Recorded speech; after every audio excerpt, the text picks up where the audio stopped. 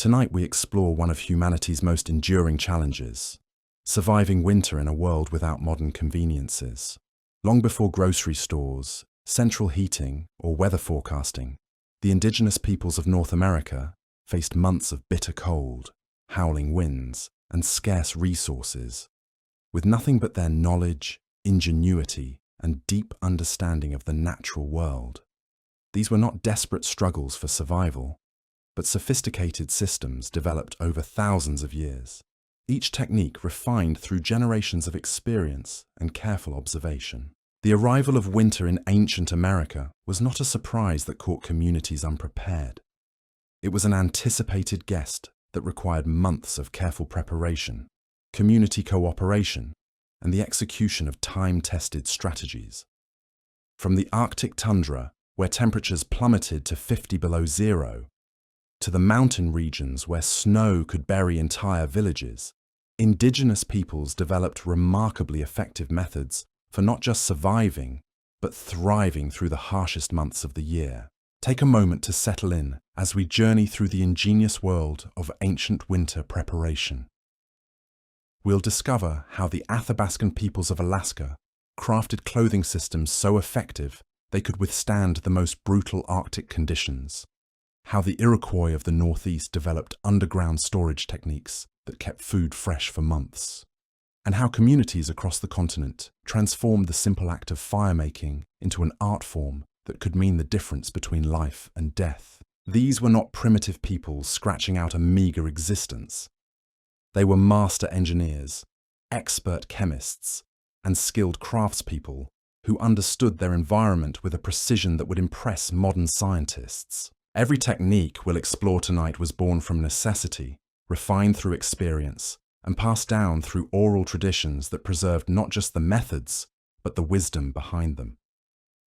The indigenous approach to winter preparation began with a fundamental principle that guided every decision. They understood that winter was not an enemy to be defeated, but a powerful force that deserved respect and careful planning. This philosophical foundation shaped everything from the timing of harvests to the construction of shelters, creating comprehensive systems that addressed every aspect of cold weather survival. Across the diverse landscapes of North America, different tribes and nations developed unique approaches suited to their specific environments.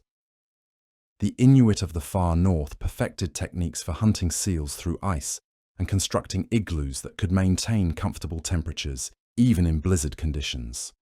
The Plains tribes mastered the art of following buffalo herds and preserving massive quantities of meat for the lean months ahead. In the eastern woodlands, agricultural communities like the Haudenosaunee developed sophisticated storage systems that could preserve corn, beans, and squash through the longest winters. What united all these diverse approaches was meticulous attention to timing and preparation. Winter preparation began not in the fall when the leaves started changing, but in the spring when communities would start planning for the cold months, still nearly a year away. Every season brought specific tasks that contributed to winter readiness. Spring meant gathering materials for shelter construction and identifying the best locations for food storage. Summer brought the critical work of hunting animals when their furs were prime for winter clothing and harvesting plants at their peak nutritional value. The sophistication of these preparation systems becomes clear when we examine the level of planning required. A single family's winter survival might depend on dozens of different preserved foods, each requiring specific preparation techniques and storage methods. Their clothing systems involved multiple layers of carefully crafted garments, each designed for specific conditions and activities.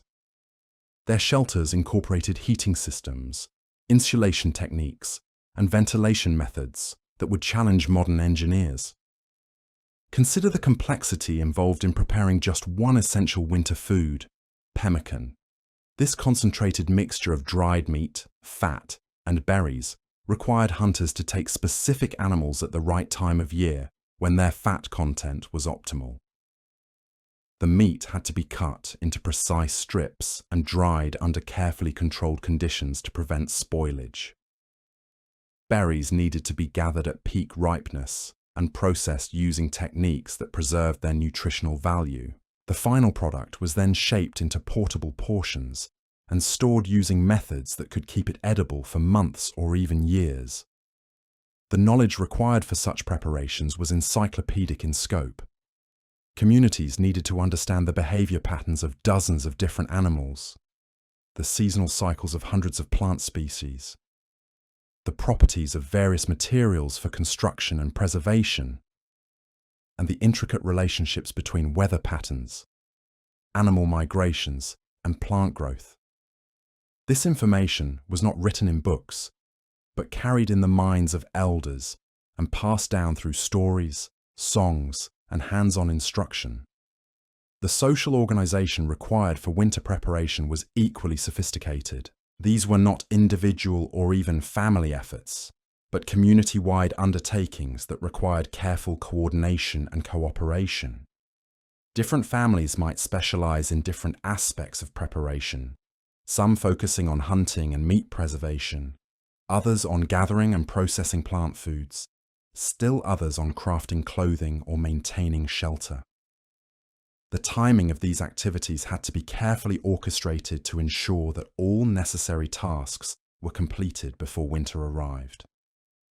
The storage systems developed by various tribes represent some of the most ingenious examples of this preparation.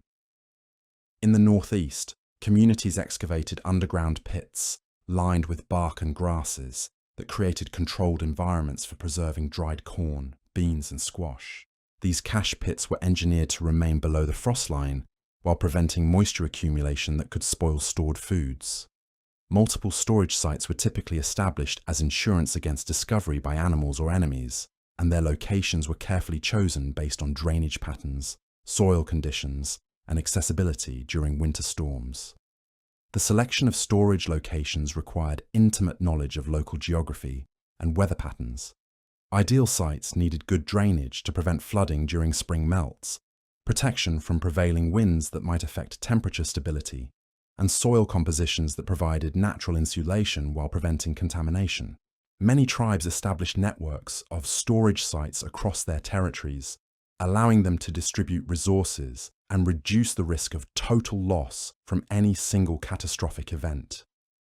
The construction of these storage systems involved sophisticated understanding of materials science that would impress modern food preservation specialists. Linings were crafted from specific types of bark and grasses chosen for their antimicrobial properties and ability to regulate moisture levels. Natural preservatives like sumac leaves were incorporated to inhibit bacterial growth and insect infestation. Sealing methods using plant resins and animal fats created airtight environments that could maintain food quality for extended periods. The timing of food storage was equally critical and required precise knowledge of seasonal patterns and weather forecasting based on natural indicators. Foods had to be stored at optimal moisture levels, neither too wet to prevent spoilage nor too dry to lose nutritional value. Different foods required different storage conditions and timing, creating complex schedules that communities followed with the precision of modern agricultural operations. Beyond the underground storage systems, many tribes developed above-ground storage methods that took advantage of natural preservation conditions.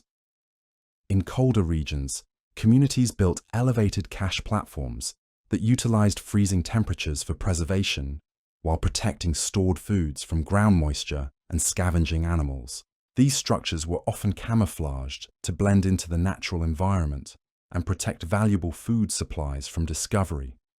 The variety of foods preserved for winter consumption demonstrates the sophisticated understanding these communities had of nutrition and food science.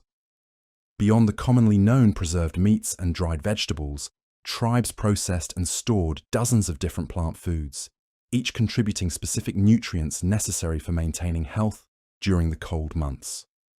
Wild rice was parched and stored in birch bark containers. Nuts were processed into oils and meal that could be stored for months. Maple sap was reduced to sugar that served both as sweetener and concentrated energy source. The processing techniques used for food preservation often involved complex multi-step procedures that maximize nutritional retention while ensuring long-term storage stability. Corn preparation, for example, might involve soaking kernels in wood ash to increase calcium content and improve digestibility, followed by careful drying and storage in specially prepared containers. Different varieties of corn were processed using different techniques, creating diverse food stores that provided varied nutrition and flavors throughout the winter months. The preservation of meat required equally sophisticated techniques that varied depending on the type of animal, the intended storage period, and local environmental conditions. Smoking methods were precisely controlled to achieve optimal moisture removal while imparting flavors that enhanced palatability and provided additional antimicrobial protection. Different wood types were selected for their specific properties, with some providing better preservation qualities, while others contributed desired flavors. The development of pemmican represents perhaps the pinnacle of ancient American food preservation technology. This concentrated food combined the protein of dried meat with the energy density of rendered fat and the vitamins of processed berries, creating a nutritionally complete food that could sustain people for weeks. The preparation required mastery of multiple preservation techniques and precise understanding of ratios and processing methods that ensured both nutritional value and long-term stability. The creation of effective winter clothing represented one of the most crucial and sophisticated aspects of ancient American winter preparation. Communities across the continent developed intricate knowledge of animal behavior, hunting seasons, and hide processing that enabled them to craft garments capable of protecting human life in the most extreme conditions. This knowledge was accumulated over countless generations and refined through careful observation of which techniques provided the best protection against cold, wind, and moisture. And the selection of animals for winter clothing began long before the hunting season arrived. Different animals provided different qualities of insulation and protection, and experienced hunters knew precisely when each species would have optimal fur or hide conditions. Caribou, for instance, developed their thickest winter coats in late fall, with hollow guard hairs that provided exceptional insulation properties. The Athabascan peoples of interior Alaska understood that caribou hair trapped air in tiny chambers, creating insulation that could protect against temperatures reaching 50 degrees below zero. Bison provided different advantages for plains communities. The massive animals developed thick winter coats with dense underflocking that could be processed into incredibly warm garments. The outer guard hairs of bison were coarse and durable, perfect for outer garments that needed to withstand harsh winds and abrasion from daily activities. Beneath this tough outer layer lay soft, dense underfur that provided insulation comparable to modern synthetic materials when properly processed and layered. Deer represented the most commonly available material across much of the continent, and communities developed sophisticated techniques for processing deer skin into versatile winter garments. The hides could be processed into soft, flexible leather for base layers or treated to maintain fur for outer garments. Different processing techniques produce materials with varying properties, allowing crafters to create specialized garments for specific purposes and conditions. The processing of animal hides into winter clothing required extensive knowledge of chemistry and material science, though this knowledge was expressed through traditional techniques rather than scientific terminology. The brain tanning process used enzymes naturally present in animal brains to break down proteins in the hide, creating soft, flexible leather that remained supple even in extreme cold. This process required precise timing and technique to achieve optimal results, with experienced tanners able to judge the proper stages by touch, smell, and visual appearance. Smoking hides provided additional benefits beyond the preservation achieved through tanning. The chemical compounds in wood smoke acted as natural preservatives and insect repellents, while also providing some degree of water resistance. Different types of wood were selected for specific properties, with some providing better preservation, while others contributed desired colors or textures to the finished materials. The construction of winter garments involved sophisticated layering systems that maximized warmth while maintaining mobility for essential winter activities. Base layers were typically made from soft, processed hides, worn with fur against the skin to trap body heat in the layer of air between fur and flesh. Middle layers provided additional insulation and could be added or removed as conditions changed throughout the day. Outer garments were designed to block wind and shed moisture while allowing for the movement required for hunting, traveling, and daily tasks. The design of winter clothing took into account the specific challenges of cold weather survival. Garments were cut and sewn to eliminate gaps where cold air could penetrate while providing adequate ventilation to prevent dangerous overheating during physical exertion. Hoods were carefully shaped to protect the head and neck while maintaining peripheral vision necessary for safety and hunting. Mittens were designed to allow fine motor control when needed, while providing maximum warmth for the fingers and hands. Footwear represented a particular challenge in winter clothing design, as feet needed protection from cold and moisture while maintaining the traction and sensitivity required for safe travel on ice and snow. Moccasins were crafted with multiple layers and specialized soles that provided insulation from below, while allowing the foot to feel variations in terrain. Many designs incorporated removable liners that could be dried or replaced as needed to maintain warmth and prevent frostbite. The application of natural waterproofing and insulating substances represented another sophisticated aspect of winter clothing preparation. Bear grease, rendered from fat obtained during fall hunting, could be applied to exposed skin to provide protection against windburn and frostbite. This natural coating also helped seal in body heat and could be reapplied as needed during extended exposure to cold conditions. Other animal fats and oils were processed for similar purposes, with different substances providing varying degrees of protection and durability. The maintenance and repair of winter clothing required ongoing attention throughout the cold season. Garments needed regular cleaning and treatment to maintain their insulating properties and prevent the buildup of moisture that could freeze and reduce effectiveness. Repair techniques using sinew and bone needles allowed for field maintenance of damaged clothing, ensuring that protective garments could be kept functional throughout the winter months. The storage and care of winter clothing during warmer months involved techniques designed to prevent insect damage and material degradation. Garments were cleaned thoroughly before storage and often treated with natural insect repellents derived from aromatic plants. Storage methods protected valuable clothing from moisture, rodents, and insects while maintaining the flexibility and insulating properties of the materials. Community cooperation played a vital role in winter clothing production, as the creation of effective cold weather garments required more resources and labor than individual families could typically provide.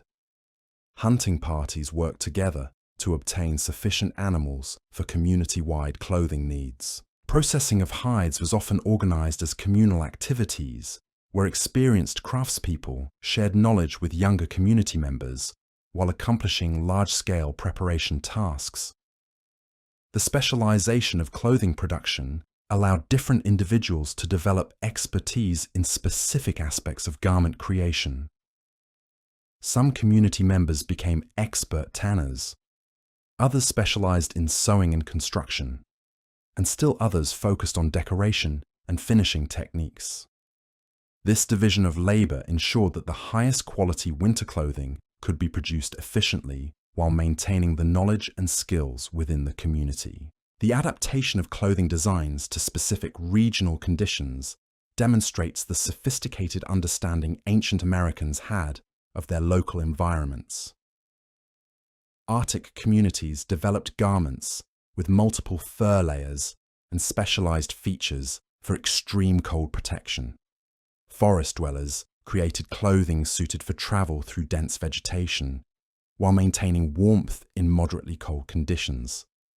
Plains communities designed garments that could protect against fierce winds and temperature fluctuations while allowing for the mobility required for following migrating herds. The development of specialized winter clothing for different activities within the community reflected understanding of how various tasks affected heat generation and protection requirements. Hunters required clothing that provided warmth during long periods of inactivity while allowing for sudden movement and activity. Individuals responsible for maintaining fires and preparing food needed garments that protected against both cold and heat while allowing for fine motor control. Children's clothing incorporated additional safety features and growth allowances to ensure protection throughout the winter months. The integration of winter clothing with other survival technologies created comprehensive systems that maximized protection and efficiency. Clothing designs complemented shelter heating systems, with garments providing personal warmth that reduced the fuel requirements for maintaining comfortable temperatures in dwellings. The combination of effective clothing with proper food preservation and shelter construction created survival systems capable of sustaining communities through extended periods of extreme weather. The transmission of clothing production knowledge through apprenticeship and oral tradition ensured that essential skills were preserved and improved over generations. Young community members learned by observing and participating in every aspect of clothing production, from hunting and hide processing to sewing and finishing techniques. Stories and songs often encoded important technical information about materials, timing, and techniques in memorable forms that facilitated accurate transmission of critical knowledge. The seasonal timing of clothing production activities required careful coordination with other winter preparation tasks and environmental conditions. Hide processing needed to be scheduled around hunting seasons and weather conditions that affected the quality of materials and the effectiveness of processing techniques. The completion of winter clothing needed to be timed to ensure availability before cold weather arrived, while taking advantage of optimal conditions for various production stages. The quality control measures applied to winter clothing production reflected understanding of how equipment failures could prove fatal in extreme conditions. Seams were tested for strength and durability under stress. Materials were evaluated for insulating properties and resistance to wear. Finished garments were examined for gaps or weaknesses that could compromise protection. This attention to quality ensured that winter clothing would perform reliably when survival depended on its effectiveness. The innovation and improvement of winter clothing designs continued throughout the historical period as communities encountered new challenges and developed better solutions. Contact with neighboring groups facilitated the exchange of techniques and materials that improved local clothing production.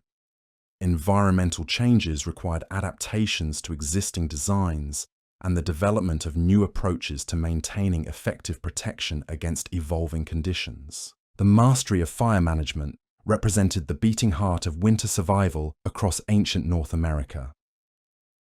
Communities developed sophisticated relationships with flame that extended far beyond the simple act of striking sparks or feeding wood to hungry fires. Fire was life itself during the darkest months, and the knowledge surrounding its creation, maintenance, and application was among the most closely guarded and carefully transmitted information in indigenous cultures.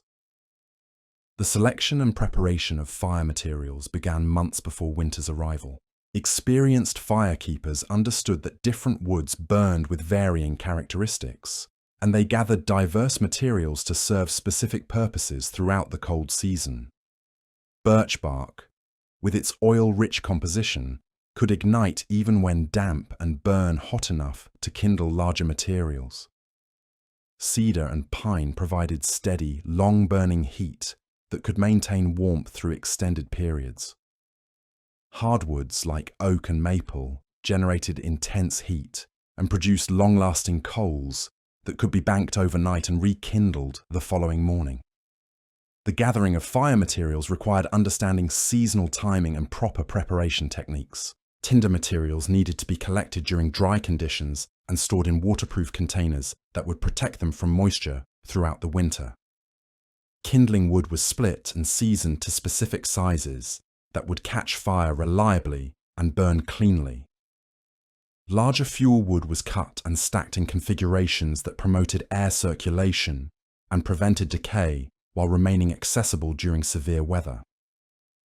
The creation of fire itself involved multiple techniques adapted to different conditions and materials. The bow drill method used friction between carefully selected woods to generate heat sufficient to ignite prepared tinder. Different wood combinations produced varying results, and skilled firemakers knew which species worked best together under specific humidity and temperature conditions. The flint and steel technique required understanding of proper angles and striking methods to generate sparks hot enough to ignite charcloth or other prepared tinder materials.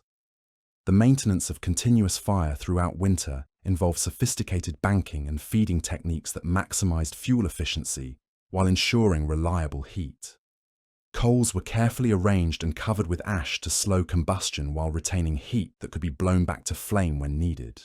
This banking process allowed fires to remain viable for extended periods without constant attention, conserving both fuel and human energy during harsh weather conditions. The construction of fire features within winter dwellings required engineering knowledge that balanced heating efficiency with safety and ventilation. Central fire pits were designed with stone linings that absorbed and radiated heat while protecting surrounding materials from ignition. Smoke holes were precisely positioned to create proper draft while minimizing heat loss. Reflector walls concentrated and directed heat toward living areas while creating comfortable zones within larger structures. The development of heat storage systems represented one of the most ingenious applications of fire technology. Stones were heated in fires and then buried beneath sleeping areas or wrapped in hides to provide warmth throughout the night. These heated stones could maintain comfortable temperatures for many hours, allowing people to sleep warmly without maintaining active fires. The selection of proper stones required knowledge of which types would retain heat effectively, while avoiding rocks that might crack or explode when heated. The use of fire for food preparation during winter involved techniques specifically adapted to cold weather conditions and preserved food materials. Smoking processes required careful control of temperature and airflow to properly finish preserved meats without spoilage. Cooking methods for dried and stored foods needed to rehydrate and heat materials efficiently while conserving fuel. Stone boiling techniques allowed for cooking in containers that could not be placed directly over fire, expanding the range of available cooking methods. The coordination of community fire management ensured that essential heat was maintained even during severe weather events. Responsibility for fire maintenance was typically distributed among community members, with specific individuals assigned to monitor and tend fires during different periods. Backup fire materials were stored in multiple locations to prevent total loss during storms or other emergencies. Communication systems allowed firekeepers to coordinate activities and share resources when individual fires failed or required additional materials. The adaptation of fire management to different shelter types required specialized knowledge of how various structures affected combustion and heat distribution. Teepees required careful positioning of fires to prevent damage to covers while maximizing heat circulation. Earth lodges needed different approaches that took advantage of the thermal mass provided by earthen walls. Wigwams demanded precise ventilation control to prevent smoke accumulation while maintaining warmth. The conservation of fire materials throughout winter involved careful rationing and efficiency measures that ensured adequate fuel supplies lasted through extended cold periods. Dead and fallen wood was systematically harvested from surrounding areas, with collection efforts organized to minimize energy expenditure during harsh weather. Green wood was prepared and dried in advance to supplement stores of seasoned fuel. Alternative burning materials like animal dung were processed and stored as backup fuel sources when wood became scarce. The development of portable fire technologies allowed communities to maintain heat during travel and hunting activities. Fire-starting kits were assembled with materials that remained functional in cold, wet conditions. Carrying methods for live coals enabled the transport of fire between locations without the need to restart from scratch. Insulated containers made from various materials could preserve burning embers for extended periods while protecting them from wind and moisture. The integration of fire management with other winter survival technologies created comprehensive systems that maximized efficiency and effectiveness. Fire placement complemented shelter insulation to create warm microclimates within living spaces. Cooking fires were positioned to take advantage of natural wind patterns and shelter features. Heat from fires was used to dry clothing and equipment, maintaining the effectiveness of other survival gear.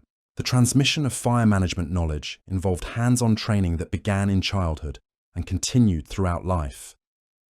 Young community members learned to identify proper materials, master fire starting techniques, and understand the subtle signs that indicated fire health and requirements. Stories and traditional knowledge encoded important information about fire behavior, seasonal variations in materials, and emergency techniques for maintaining heat under extreme conditions. The shelter systems developed across ancient North America represented architectural achievements that rival modern engineering in their effectiveness and ingenuity. These structures were not simple huts or temporary refuges, but sophisticated buildings designed with deep understanding of thermal dynamics, structural engineering, and materials science. Each design was precisely adapted to local climate conditions, available materials, and community social organization.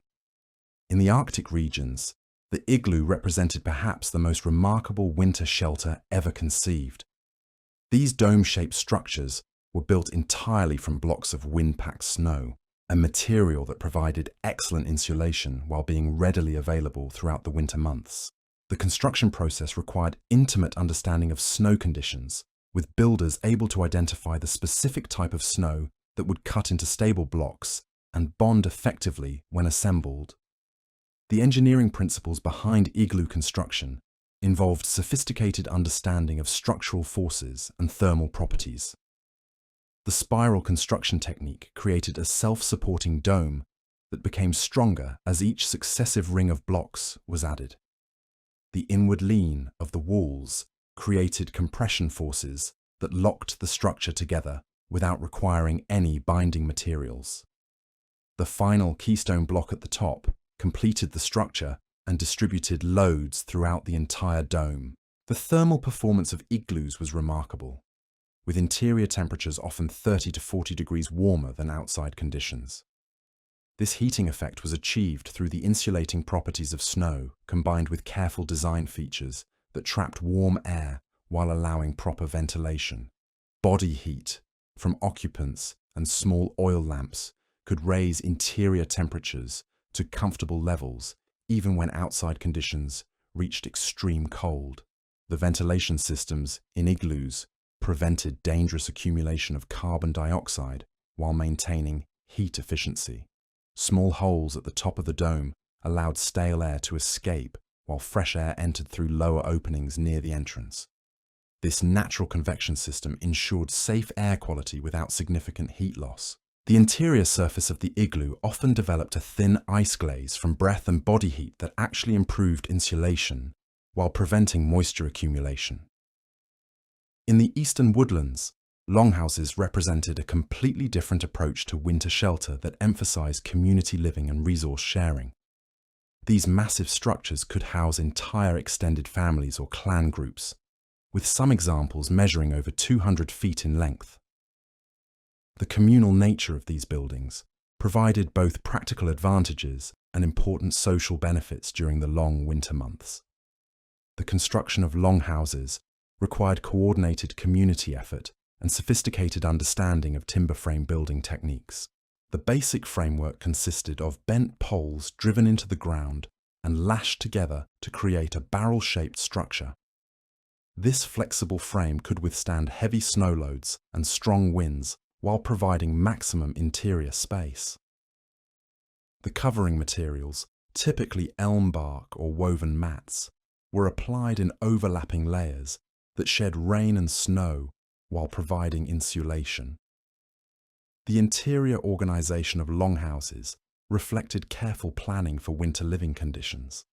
Central corridors provided pathways for movement and fire management, while raised sleeping platforms took advantage of warmer air that rose from ground-level fires. Storage areas were integrated into the structure design, keeping preserved foods and winter supplies readily accessible while protected from weather and animals. Privacy screens and hanging mats created individual family spaces within the larger communal structure. The heating systems in longhouses involved multiple fires positioned along the central corridor, with each fire serving specific families or sections of the building. Smoke holes in the roof were positioned directly above fire locations and could be partially covered during severe weather to reduce heat loss while maintaining adequate ventilation.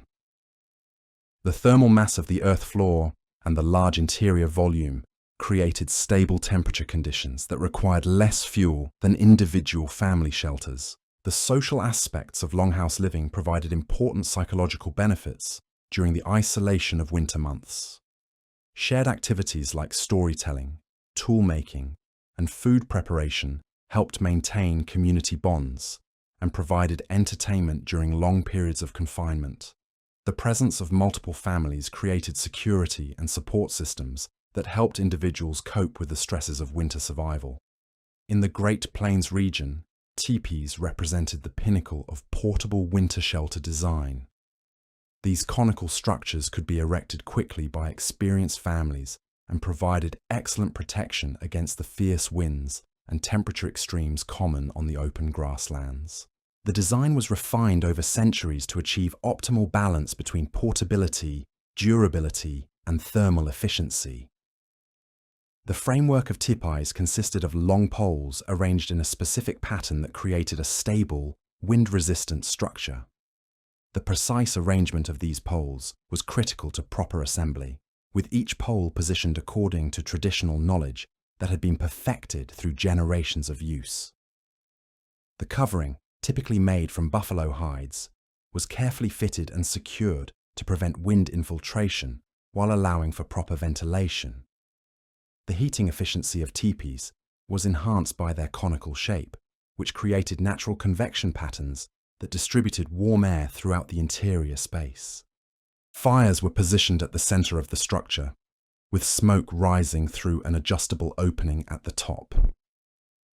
The steep walls prevented snow accumulation and shed wind effectively, while the circular floor plan eliminated corners where cold air could stagnate.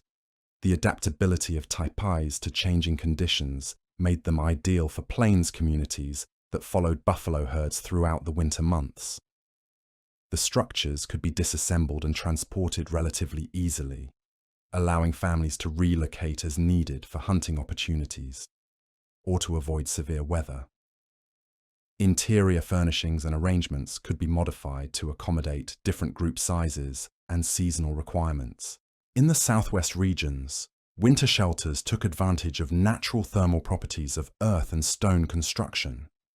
Pueblo communities built thick-walled structures that absorbed heat during the day and released it slowly during cold nights. These buildings incorporated sophisticated understanding of solar orientation and thermal mass that maintained comfortable temperatures with minimal fuel consumption. The construction techniques used in southwestern winter shelters involved layered wall systems that provided excellent insulation while using locally available materials. Adobe construction used clay-rich soil mixed with organic binders to create walls that were both structurally sound and thermally efficient. Stone construction utilized carefully fitted masonry that eliminated air infiltration while providing thermal mass for temperature regulation. The interior design of southwestern winter shelters incorporated features specifically adapted to cold weather living. Storage rooms protected preserved foods from temperature fluctuations while keeping supplies readily accessible. Sleeping areas were positioned to take advantage of residual heat from cooking and heating fires. Work areas provided spaces for indoor activities during periods when outdoor work was impossible due to weather conditions. The community aspects of southwestern winter living involved shared spaces and coordinated activities that maximized resource efficiency while maintaining social connections. Ceremonial areas provided venues for winter rituals and gatherings that helped communities maintain cultural traditions during the cold months. Shared storage and food preparation areas allowed for efficient use of fuel and labor while fostering cooperation among community members. The maintenance and repair of winter shelters required ongoing attention throughout the cold season.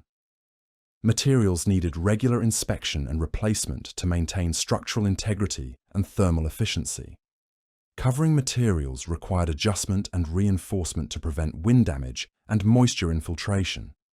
Interior arrangements needed modification as conditions changed and different activities became priorities. The seasonal preparation of winter shelters involved extensive advanced planning and material gathering.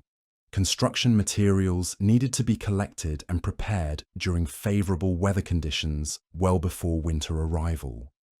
Repair materials and tools required proper storage and maintenance to ensure availability when needed. Backup shelter options needed preparation in case primary structures failed during severe weather events. The integration of shelter systems with other winter survival technologies created comprehensive living environments that maximized comfort and efficiency. Shelter designs complemented food storage systems, providing proper conditions for preserved foods while keeping supplies readily accessible. Heating systems worked together with insulation and ventilation to create stable, comfortable interior climates. Work and storage areas supported other winter activities like tool making, clothing repair, and food preparation. The adaptation of shelter designs to specific environmental challenges demonstrated sophisticated understanding of local climate patterns and weather extremes. Structures in high wind areas incorporated features that reduced wind resistance and prevented structural damage. Buildings in heavy snow regions used steep roof angles and strong frameworks that could support significant snow loads. Shelters in areas prone to temperature fluctuations included features that moderated interior conditions and reduced heating requirements.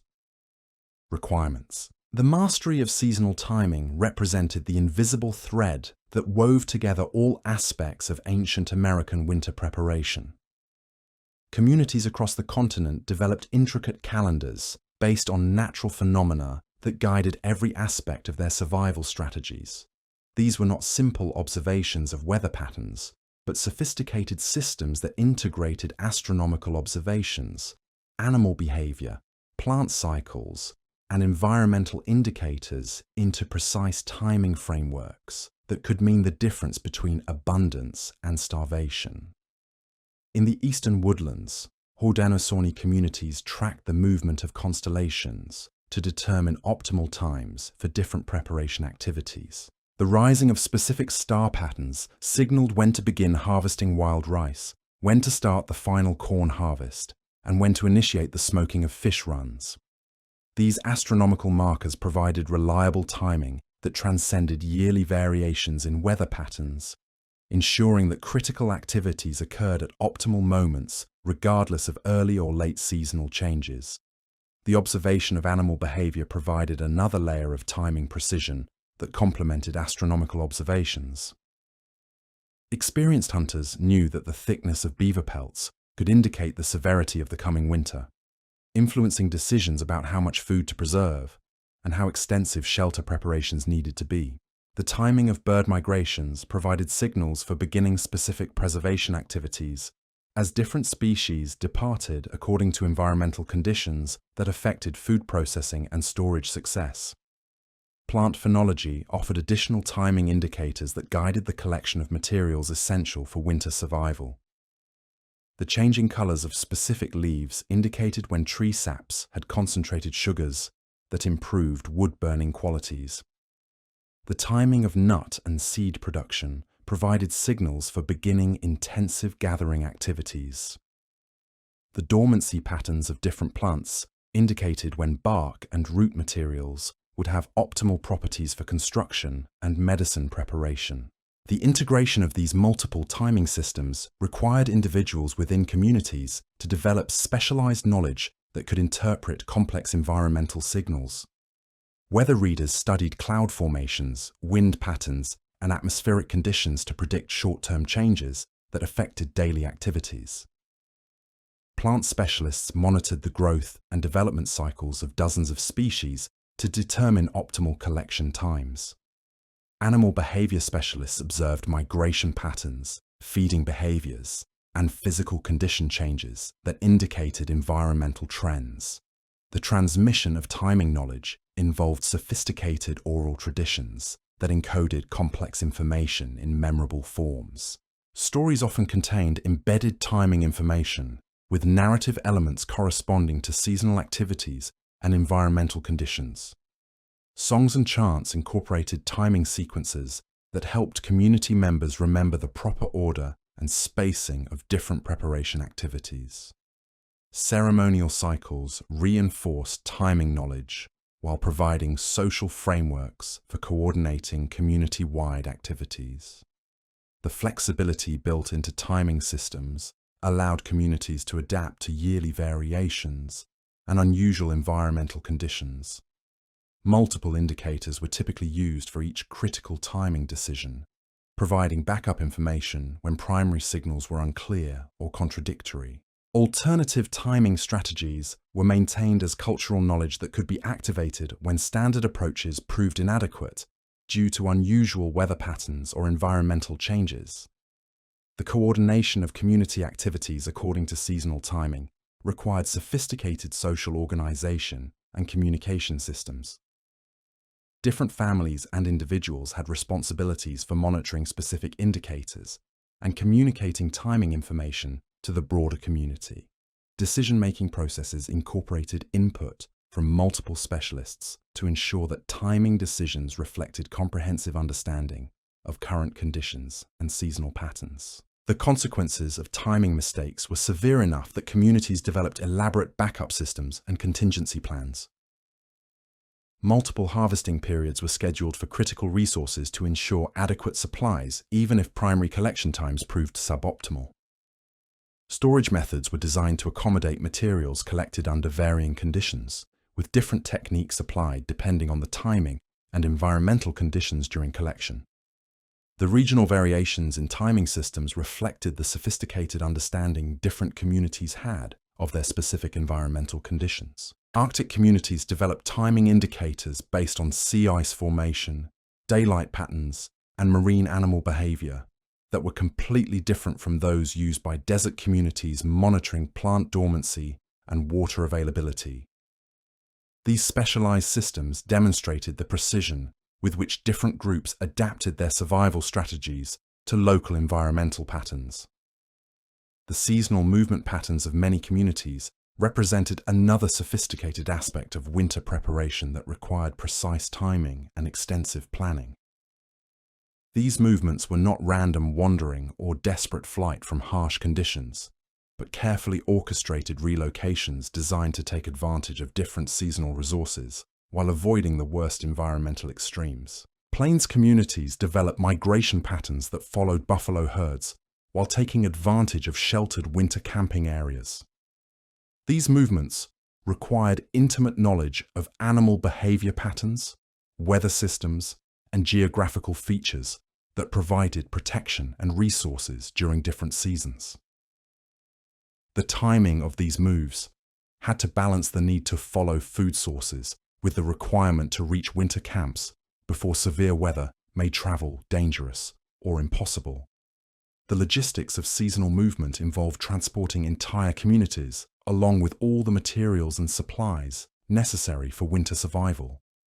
Portable shelter systems like tipis were designed specifically to facilitate these movements while providing adequate protection during the coldest months. Transportation methods using travois and dog teams were developed to move heavy loads of preserved foods, winter clothing, and essential tools across long distances.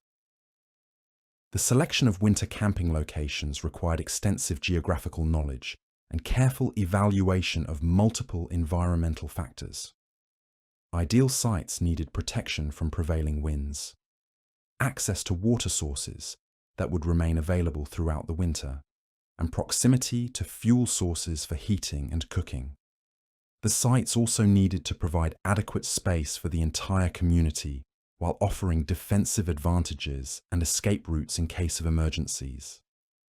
The social organization required for successful seasonal movements involved complex coordination between different family groups and community leaders. Scouting parties traveled ahead to evaluate conditions and identify optimal routes and camping locations. Different groups within the community had specific responsibilities for transporting different types of supplies and materials. Communication systems allowed for coordination between scattered groups during movement and provided methods for sharing information about conditions and resources. The timing of seasonal movements required balancing multiple competing factors that change from year to year based on environmental conditions. Early movement might miss opportunities to gather late-season resources, while delayed movement risked encountering severe weather during travel. The decision-making processes involved weighing current conditions against historical patterns while maintaining flexibility to adapt to unexpected developments. The preparation for seasonal movement involved extensive advance planning that began months before the actual relocation. Routes needed to be scouted and prepared, with obstacles cleared and resource caches established along travel corridors. Transportation equipment required maintenance and repair to ensure reliability during critical movement periods. Supplies needed to be organized and packed in ways that facilitated efficient transport while maintaining accessibility for daily needs during travel. In regions where communities remained more sedentary during winter months, different movement patterns focused on resource-gathering expeditions and hunting trips that supplied winter needs. These shorter-range movements still required careful planning and timing to maximize efficiency while minimizing risks associated with travel during harsh weather conditions. The development of winter hunting strategies represented another crucial component of ancient American winter preparation that required sophisticated understanding of animal behavior, environmental conditions, and specialized techniques adapted to cold weather challenges. Winter hunting was not simply a continuation of warm weather practices, but involved completely different approaches that took advantage of seasonal changes in animal behavior while compensating for the additional difficulties imposed by cold, snow, and limited daylight. The tracking of animals in snow provided both advantages and challenges that experienced hunters learned to exploit. Fresh snow revealed animal movements with clarity impossible during other seasons, allowing hunters to follow tracks and determine the size, health, and behavior patterns of potential prey. However, the same snow that revealed animal presence could also make approach and pursuit extremely difficult, requiring specialized techniques and equipment to move effectively through winter conditions. The behavior changes that animals underwent during winter months provided hunting opportunities that skilled practitioners could exploit with proper knowledge and technique. Many animals concentrated in specific areas during winter, seeking shelter and remaining food sources that made them more predictable and accessible to hunters who understood these patterns. Hibernating or dormant animals could be located and taken with less energy expenditure than during active seasons, though accessing these animals often required specialized techniques and tools. The development of winter hunting tools and weapons involved adaptations specifically designed for cold weather conditions and the particular challenges of winter hunting. Snowshoes were essential equipment that allowed hunters to travel effectively through deep snow while maintaining the mobility necessary for tracking and pursuing game. Different snowshoe designs were developed for different snow conditions and hunting activities, with specialized versions optimized for speed, stealth, or load carrying.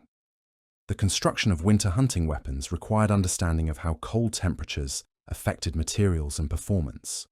Bowstrings needed special treatment to remain flexible and strong in freezing conditions.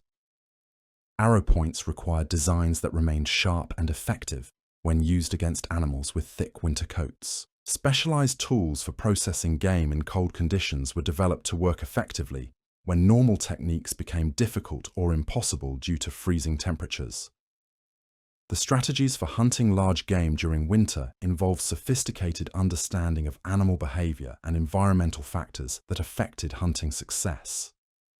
Communal hunting techniques took advantage of snow conditions that could slow or trap large animals, allowing groups of hunters to successfully take prey that would be difficult for individuals to handle. These coordinated hunts required extensive planning and communication to position hunters effectively and ensure safe, successful completion of the hunt. The processing of game taken during winter hunts involved techniques adapted to cold conditions that affected both the work processes and the quality of the resulting meat and materials. Cold temperatures could actually improve meat preservation if proper techniques were used, but they also made the physical work of butchering and processing more difficult and potentially dangerous. Specialized tools and techniques were developed to work effectively in cold conditions while producing high-quality preserved foods and materials. The preservation of hunting success during winter required immediate processing and storage techniques that took advantage of cold conditions while preventing spoilage and waste. Natural refrigeration provided by winter temperatures could extend the time available for processing large kills, but proper techniques were still essential to prevent contamination and ensure food safety. Different preservation methods were applied to different parts of the animal to maximize the value and usability of the entire kill. The integration of winter hunting with other survival activities required careful coordination of time, energy, and resources. Hunting expeditions needed to be planned around weather conditions, community needs, and other essential winter activities. The energy expenditure required for winter hunting had to be balanced against the caloric value of potential returns, ensuring that hunting activities contributed to rather than depleted community survival resources. The social aspects of winter hunting involved sharing responsibilities, risks, and rewards among community members in ways that maximized success, while ensuring that hunting knowledge and skills were maintained and transmitted. Experienced hunters trained younger community members in winter hunting techniques, ensuring that essential skills were preserved and improved over time. The distribution of hunting results followed established protocols that ensured all community members received adequate nutrition while recognizing the contributions and skills of successful hunters. The seasonal preparation for winter hunting began months before cold weather arrived, with activities focused on gathering materials, maintaining equipment, and scouting hunting areas. Weapons and tools required maintenance and repair to ensure reliability during critical hunting periods.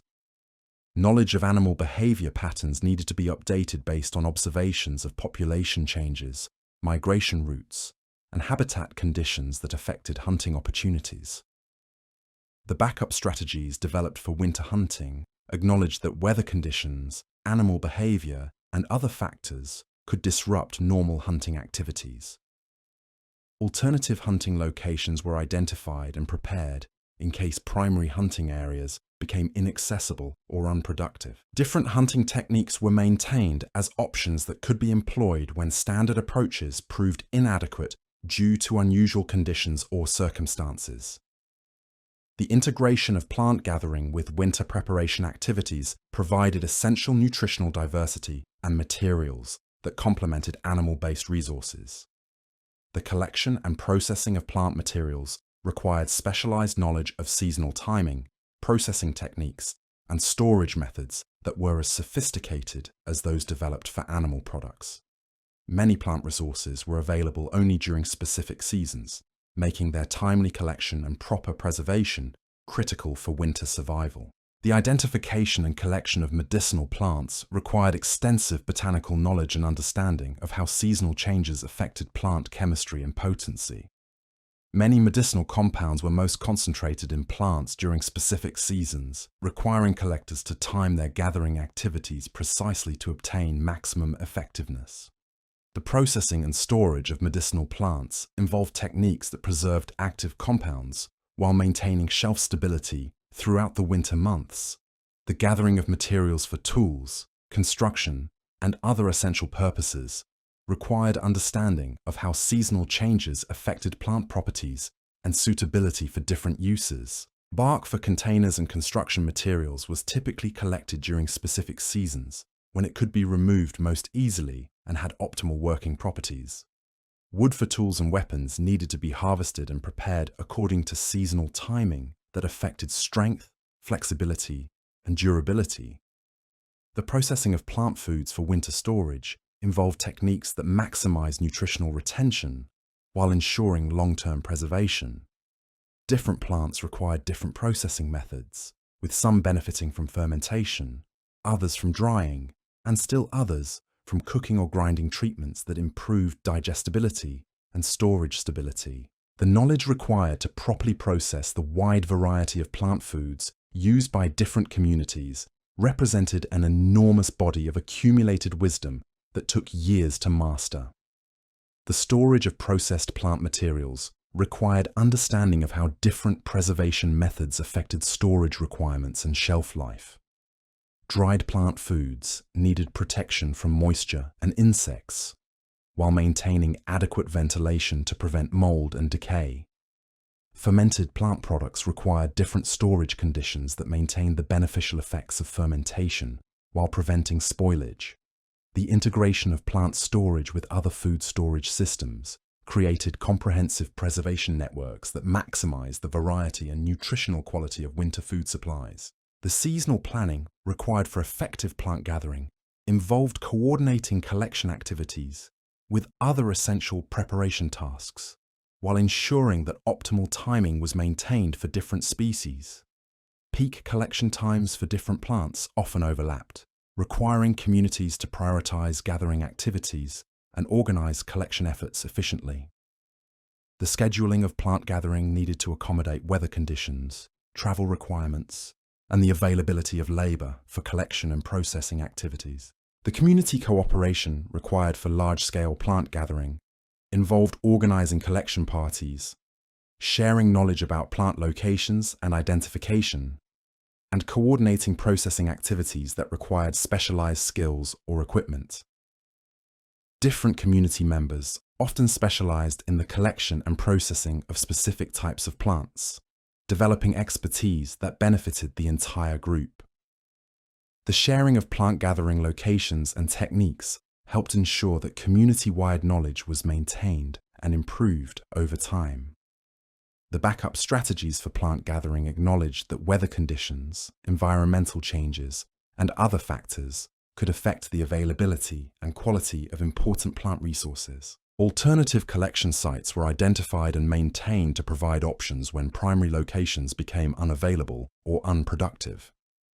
Different processing techniques were preserved as cultural knowledge that could be employed when standard methods proved inadequate due to unusual conditions or resource availability. The integration of plant gathering knowledge with other aspects of winter preparation created comprehensive resource management systems that maximized the efficiency and effectiveness of survival strategies. Plant collection activities were coordinated with hunting and fishing to make optimal use of travel time and seasonal opportunities. The processing and storage of plant materials was integrated with other food preservation activities to create diverse, nutritionally complete food storage systems that sustained communities throughout the winter months. Systems that sustained communities throughout the winter months. The development of winter fuel management systems across ancient North America represented some of the most sophisticated resource conservation strategies ever devised. Communities understood that fire was not simply a tool for warmth, but the foundation upon which all other winter survival depended. Without reliable fuel sources, the most elaborate food stores and finest clothing would prove useless against the relentless cold that could claim lives within hours of exposure. The identification and harvesting of winter fuel began during the early spring months, when experienced fuel gatherers would survey their territories to assess the availability of different wood types and plan collection strategies for the coming year. Dead standing trees, known as snags, were particularly prized because they had already undergone natural drying processes that reduced moisture content and improved burning characteristics. These trees needed to be harvested before they fell and began absorbing ground moisture or started decomposing.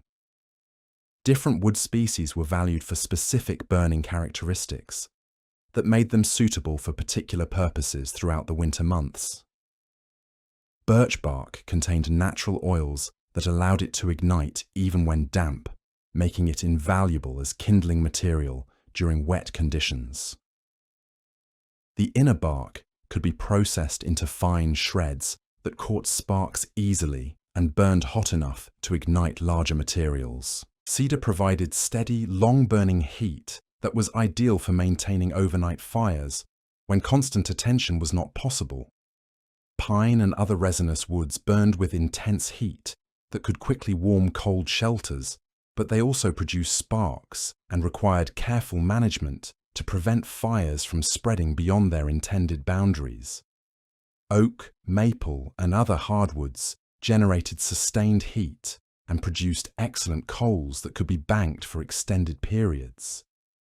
These coals retained heat for many hours and could be blown back to flame the following morning, conserving both fuel and the energy required for fire starting.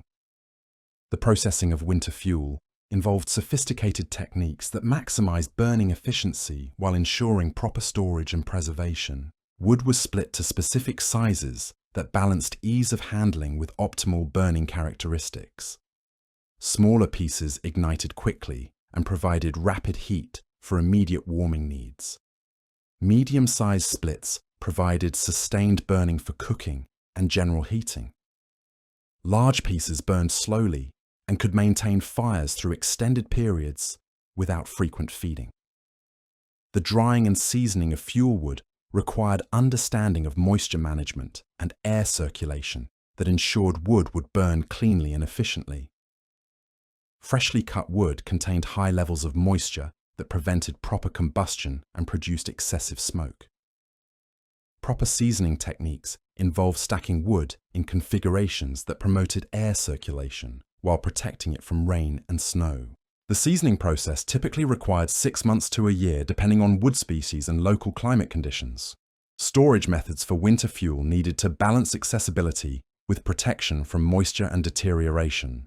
Wood was often stacked in covered areas that provided protection from precipitation, while maintaining adequate ventilation to prevent moisture accumulation and decay. Some communities constructed elaborate storage structures that could hold entire winter fuel supplies while keeping them dry and organized for efficient use throughout the cold months. The calculation of fuel requirements for winter survival involved sophisticated understanding of burning rates, heat output, and consumption patterns that varied with weather conditions and community needs. Experienced fuel managers could estimate the quantities of different wood types needed to sustain fires throughout the winter based on historical weather patterns and community size. These calculations included provisions for extreme weather events that might increase fuel consumption beyond normal rates. Alternative fuel sources were identified and prepared as backup options when wood became scarce or inaccessible during severe weather. Animal dung, particularly from bison and other large herbivores, could be dried and burned when wood supplies ran low. These materials burned with less heat than wood, but could provide essential warmth during emergencies. Some communities collected and processed dried grasses and other plant materials that could supplement wood fuel during critical periods. The community organization of fuel gathering involved coordinating the labor of multiple families to accomplish the enormous task of collecting and processing winter fuel supplies. Different families often specialized in different aspects of fuel preparation, with some focusing on harvesting, others on processing and splitting, and still others on transportation and storage. This division of labor ensured that the massive quantities of fuel needed for community survival could be gathered and prepared efficiently. Transportation of fuel from collection areas to winter camps required sophisticated logistics and specialized equipment. Travois and other carrying devices were used to move large quantities of wood across considerable distances. The timing of fuel transportation needed to be coordinated with other seasonal activities while taking advantage of favorable weather conditions. Multiple trips were typically required to move entire winter fuel supplies, requiring careful planning and organization. The maintenance of fuel supplies throughout the winter involved careful rationing and conservation measures that ensured adequate fuel would be available throughout the entire cold season. Daily fuel allowances were calculated based on weather conditions and community needs, with provisions made for increased consumption during severe weather events. Backup fuel reserves were maintained as insurance against unexpectedly harsh conditions or longer than normal winters. Fire safety measures were essential components of winter fuel management that prevented dangerous accidents that could prove catastrophic during cold weather. Proper fire construction techniques ensured that fires burned safely within designated areas without spreading to surrounding materials. Spark arresters and fire breaks were incorporated into shelter designs to prevent accidental fires from spreading to storage areas or other community structures. The integration of fuel management with other winter survival strategies created comprehensive systems that maximized efficiency while ensuring reliable heat throughout the cold months. Fuel gathering was coordinated with hunting and gathering activities to make optimal use of travel time and seasonal opportunities. Storage methods were integrated with shelter construction to provide convenient access to fuel supplies while protecting them from weather and animals. Cooking fuel represented a specialized category that required different considerations from heating fuel due to the specific requirements of food preparation. Cooking fires needed to burn at consistent temperatures with minimal smoke production to avoid contaminating food or making food preparation areas uninhabitable. Certain wood types were preferred for cooking because they burned cleanly and provided steady heat that could be easily controlled for different cooking tasks. The seasonal timing of fuel gathering activities required coordination with other essential winter preparation tasks while taking advantage of optimal weather conditions for collection and processing. Late summer and early fall typically provided the best conditions for fuel gathering when weather was still favorable for outdoor work, but trees had completed their growing season and begun concentrating energy in their wood structure. Fuel quality assessment involved understanding how different factors affected burning characteristics and determining which materials would provide the most effective heat sources. Wood that had been damaged by insects or disease often burned poorly and produced excessive smoke. Proper fuel selection required experience and knowledge that could identify high-quality materials while avoiding woods that would prove inadequate for winter heating needs. The preservation of fuel-gathering knowledge involved training younger community members in the identification, harvesting, and processing techniques that ensured essential skills would be maintained over time. This knowledge included understanding of tree identification, optimal harvesting times, processing techniques, and storage methods that maximize fuel quality and availability. The complexity of effective fuel management required years of experience to master completely. Innovation in fuel management techniques continued throughout the historical period as communities adapted to changing environmental conditions and developed improved methods for gathering, processing, and storing winter fuel. Contact with neighboring groups facilitated the exchange of fuel management techniques that improved local practices. Environmental changes required adaptations to existing fuel gathering strategies and the development of new approaches to maintaining adequate fuel supplies. Water management during winter months presented unique challenges that required sophisticated strategies and technologies adapted to freezing conditions. Communities needed to ensure reliable access to clean water throughout the winter, while dealing with ice formation, snow accumulation, and the increased difficulties of water collection and storage in sub-freezing temperatures. The failure of water management systems could prove as dangerous as inadequate food or fuel supplies. The identification and development of winter water sources required extensive knowledge of local hydrology and understanding of how freezing conditions affected different types of water sources. Springs that remained flowing throughout the winter were highly prized because they provided reliable access to fresh water without the need for ice melting or snow processing. These springs needed to be located and protected from contamination while maintaining accessible pathways for water collection during severe weather. Rivers and streams that remained partially open during winter provided another category of water sources that required specialized collection techniques.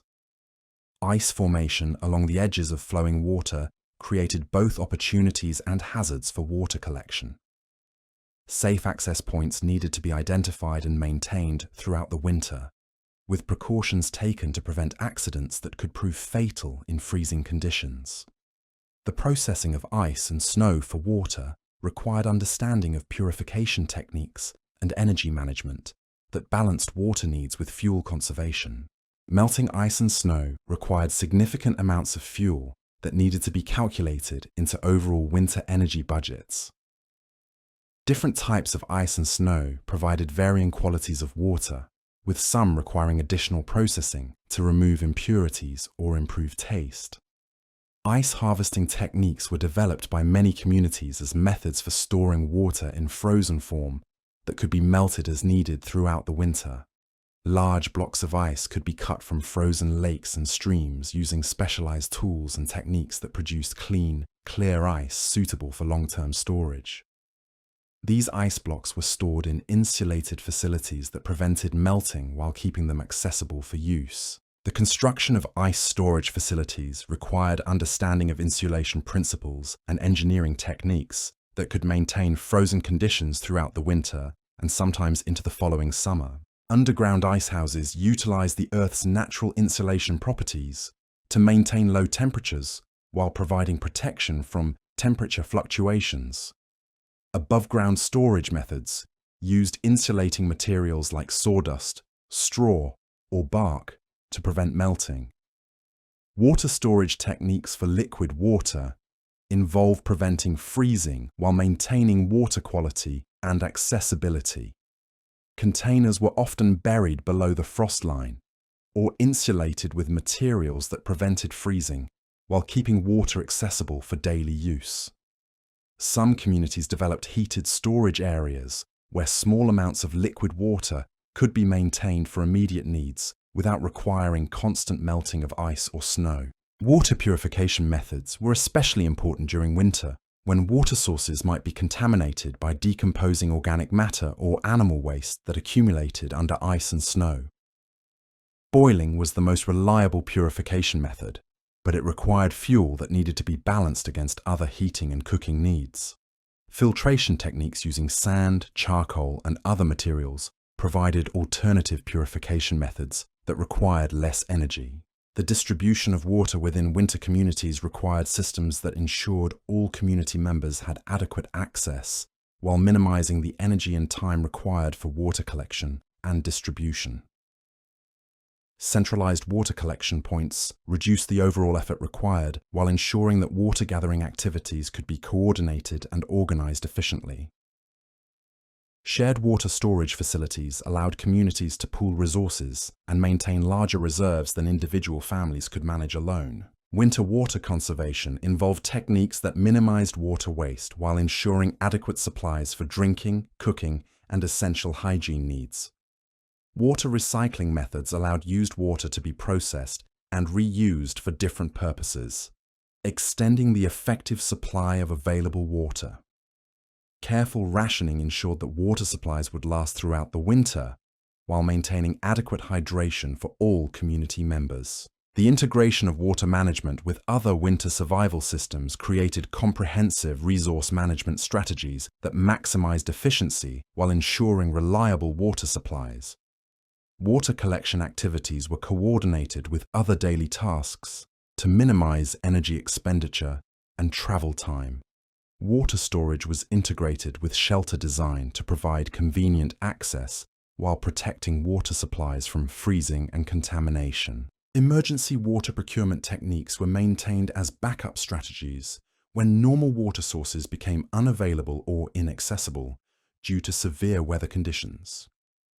These emergency methods included techniques for locating and accessing water sources under extreme conditions, as well as methods for processing questionable water sources to make them safe for consumption. Knowledge of these emergency techniques could prove life-saving during unexpected water shortages or equipment failures.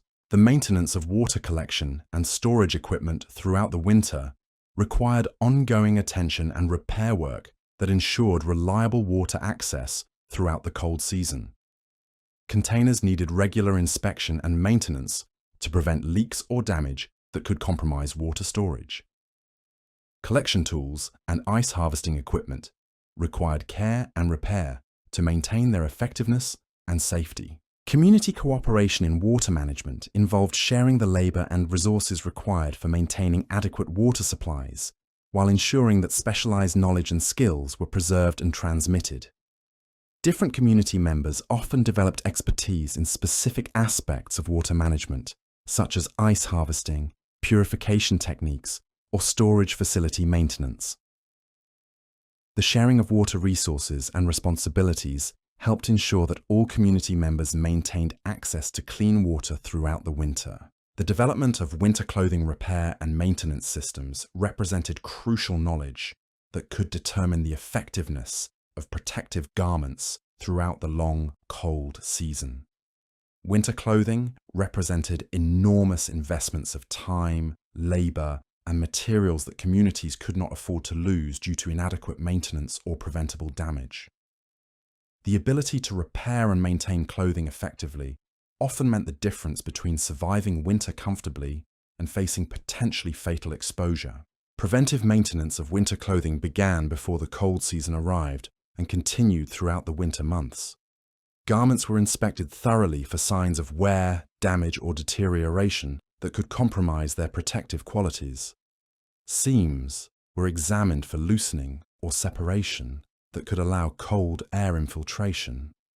Fur and hide materials were checked for insect damage, thinning, or other problems that might reduce insulation effectiveness. The materials and tools required for clothing repair needed to be gathered and prepared in advance of winter, when outdoor work became difficult or impossible. Sinew for thread was processed and stored in quantities sufficient for extensive repair work throughout the winter. Bone needles and awls were crafted and maintained in good condition for fine sewing work. Patches of matching materials were prepared and stored for emergency repairs to damaged garments. Repair techniques for different types of winter clothing damage required specialized knowledge and skills that were typically concentrated among experienced clothing makers within communities. Tears in hide materials needed to be repaired using techniques that maintained the integrity and insulation properties of the original garment. Worn areas could be reinforced with patches or additional layers that restored protection without compromising fit or mobility. The replacement of worn components in winter clothing allowed valuable garments to be maintained and used for multiple seasons, rather than being discarded when individual parts wore out. Fur trim could be replaced when it became matted or thin, extending the useful life of otherwise sound garments. Lacing and tie systems could be renewed when they stretched or broke, maintaining proper fit and closure of protective clothing. Cleaning and conditioning of winter clothing required techniques that maintained the protective properties of materials while removing dirt, oils, and other accumulations that could reduce effectiveness or cause deterioration. Different materials required different cleaning approaches, with some benefiting from gentle washing, while others needed to be cleaned using dry methods that preserved essential oils and flexibility. The storage of winter clothing during summer months involved protecting valuable garments from insect damage, moisture, and deterioration while maintaining their condition for the following winter season. Garments were cleaned thoroughly before storage to remove any organic matter that might attract insects or promote decay.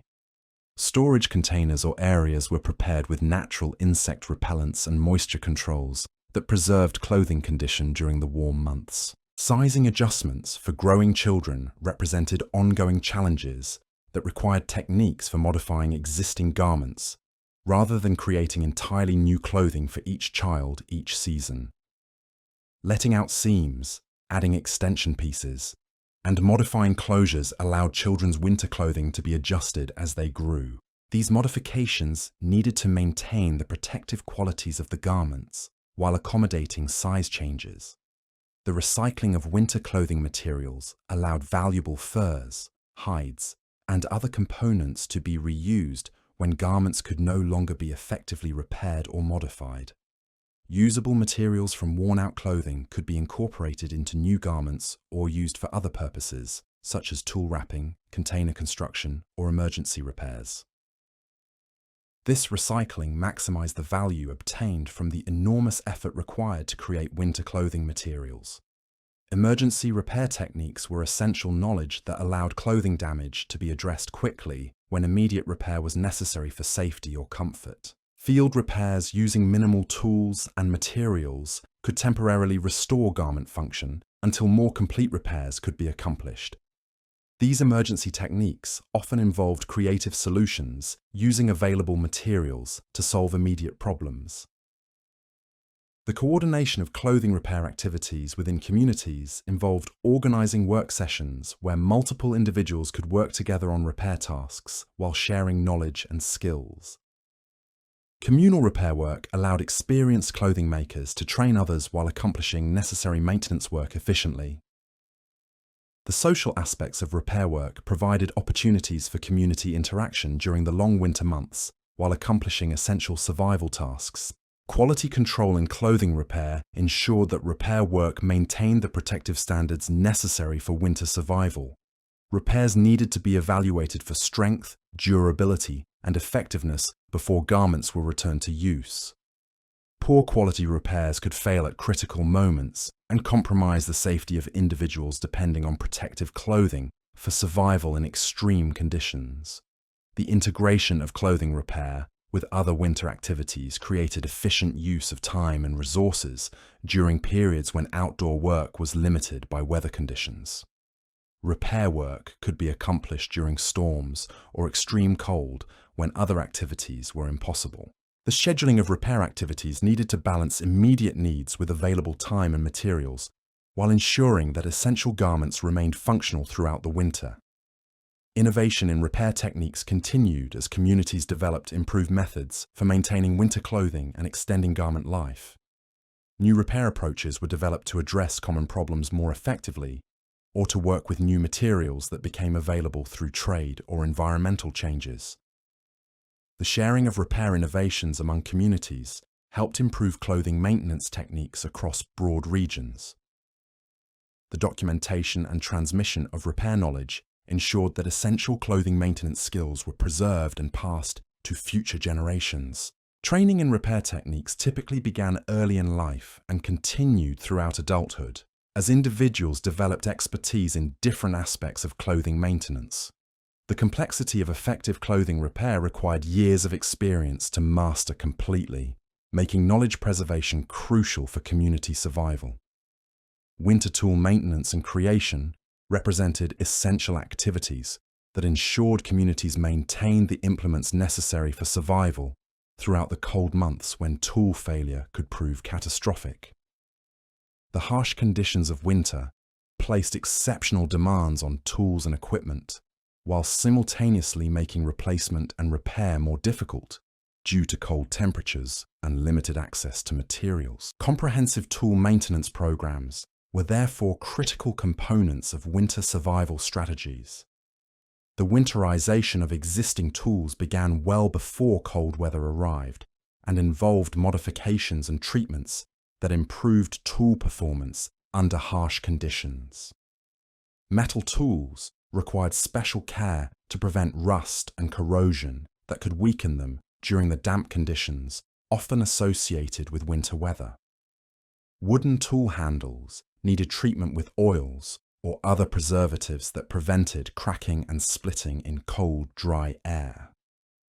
Tool storage systems protected valuable implements from weather damage while keeping them organized and accessible for use during winter activities. Tools were often stored in dedicated areas within shelters where they remained dry and at relatively stable temperatures. Organization systems ensured that essential tools could be located quickly, even in dim winter light, or during emergency situations when time was critical. The creation of specialized winter tools involved crafting implements specifically designed for cold weather activities and conditions. Ice fishing required specialized equipment for cutting through ice, creating fishing holes, and managing lines in freezing conditions. Snow removal tools were essential for maintaining access to shelters, storage areas, and other critical facilities during heavy snowfall periods. Repair materials and techniques for winter tool maintenance needed to be available and effective under cold conditions when normal repair methods might prove inadequate. Adhesives and binding materials had to function at low temperatures, and repair techniques needed to be accomplishable with cold, less dexterous hands. Emergency repair methods allowed essential tools to be temporarily restored to function when immediate repair was necessary for safety or survival. The manufacture of replacement tools during winter months required maintaining supplies of raw materials and having the skills necessary to create new implements when existing tools wore out or broke. Woodworking continued during winter, using seasoned materials that had been prepared in advance. Bone and antler working provided materials for tools and implements that could be crafted during long winter evenings when outdoor work was impossible. Tool sharpening and maintenance represented ongoing activities that kept cutting implements effective throughout the winter season. Sharpening stones and other maintenance equipment needed to be available and usable under winter conditions. Different tools required different maintenance approaches, with some benefiting from frequent light maintenance, while others needed periodic major reconditioning to maintain effectiveness. The organization of community tool resources involved sharing specialized tools and coordinating their use among community members to maximize efficiency and ensure that essential tools were available when needed. Some tools were too valuable or specialized for individual ownership and were maintained as community resources. The scheduling of tool use prevented conflicts while ensuring that time-critical activities could be accomplished when conditions were favorable. Innovation in winter tool design continued as communities developed improved implements better suited to cold weather conditions and winter activities. New tool designs addressed specific problems encountered during winter use while improving efficiency and effectiveness. The sharing of tool innovations among communities helped spread improved designs across broad regions and cultural groups. The integration of tool maintenance with other winter activities created efficient use of time and resources, while ensuring that essential implements remained functional throughout the cold season. Tool maintenance could be accomplished during periods when outdoor work was impossible due to weather conditions. The coordination of tool maintenance with other indoor activities maximized productive use of time during winter confinement periods. Training in tool maintenance and creation ensured that essential skills were preserved within communities and passed to younger generations who would need these abilities for their own survival. Tool-making knowledge was typically specialized, with different individuals developing expertise in different types of implements. The transmission of this knowledge required hands-on training and years of practice to develop the skills necessary for creating and maintaining high-quality tools. Quality control in tool maintenance ensured that tools met the performance standards necessary for reliable function under harsh winter conditions. Tools that did not meet quality standards could fail at critical moments and potentially endanger the safety of individuals depending on them for survival activities. Regular inspection and testing of tools helped identify potential problems before they could result in dangerous failures. The backup tool systems maintained by communities provided insurance against tool loss or failure that could compromise essential winter activities. Multiple tools of critical types were maintained to ensure that essential functions could continue, even if primary tools were lost or damaged. The distribution of backup tools among community members ensured that tool failures did not completely disable important survival activities. The seasonal timing of major tool maintenance activities required coordination with other winter preparation tasks while taking advantage of optimal conditions for different types of work. Major tool reconditioning was often accomplished during late summer or early fall, when weather conditions were still favorable for outdoor work, but other seasonal activities had been completed. This timing ensured that tools were in optimal condition when winter activities began while not interfering with other critical preparation tasks. The preservation of essential medicines and healing supplies during winter months required sophisticated knowledge of plant chemistry and storage techniques that ensured therapeutic materials remained effective throughout the cold season. Communities across North America developed comprehensive systems for gathering, processing, and storing medicinal plants that provided healthcare resources when fresh materials were unavailable and travel to collection sites was impossible due to harsh weather conditions. The timing of medicinal plant collection was critical to obtaining materials with optimal therapeutic properties. Many plants concentrated their active compounds during specific seasons, requiring collectors to harvest materials precisely when potency was at its peak. Willow bark, valued for its pain-relieving properties, was typically collected in late spring when sap flow concentrated salicin compounds in the inner bark. Echinacea roots were harvested in fall after the plant had stored energy reserves that enhanced the concentration of immune-supporting compounds. The processing techniques used for medicinal plants involved methods specifically designed to preserve active compounds while creating shelf-stable preparations that could be stored for months. Drying was the most common preservation method, but it required careful control of temperature and humidity to prevent the degradation of therapeutic compounds. Plants were often dried in shaded areas with good air circulation to prevent overheating that could destroy delicate chemical constituents. Different plant materials required different processing approaches to maintain their medicinal effectiveness. Leaves and flowers were typically dried quickly to preserve volatile oils and other delicate compounds. Roots and bark required slower drying processes that removed moisture gradually while maintaining the structural integrity of tougher plant tissues. Seeds and berries often required special handling to prevent oil rancidity that could reduce their therapeutic value. The storage of processed medicinal materials involved protecting them from moisture, light, and contamination that could reduce their effectiveness or cause dangerous deterioration.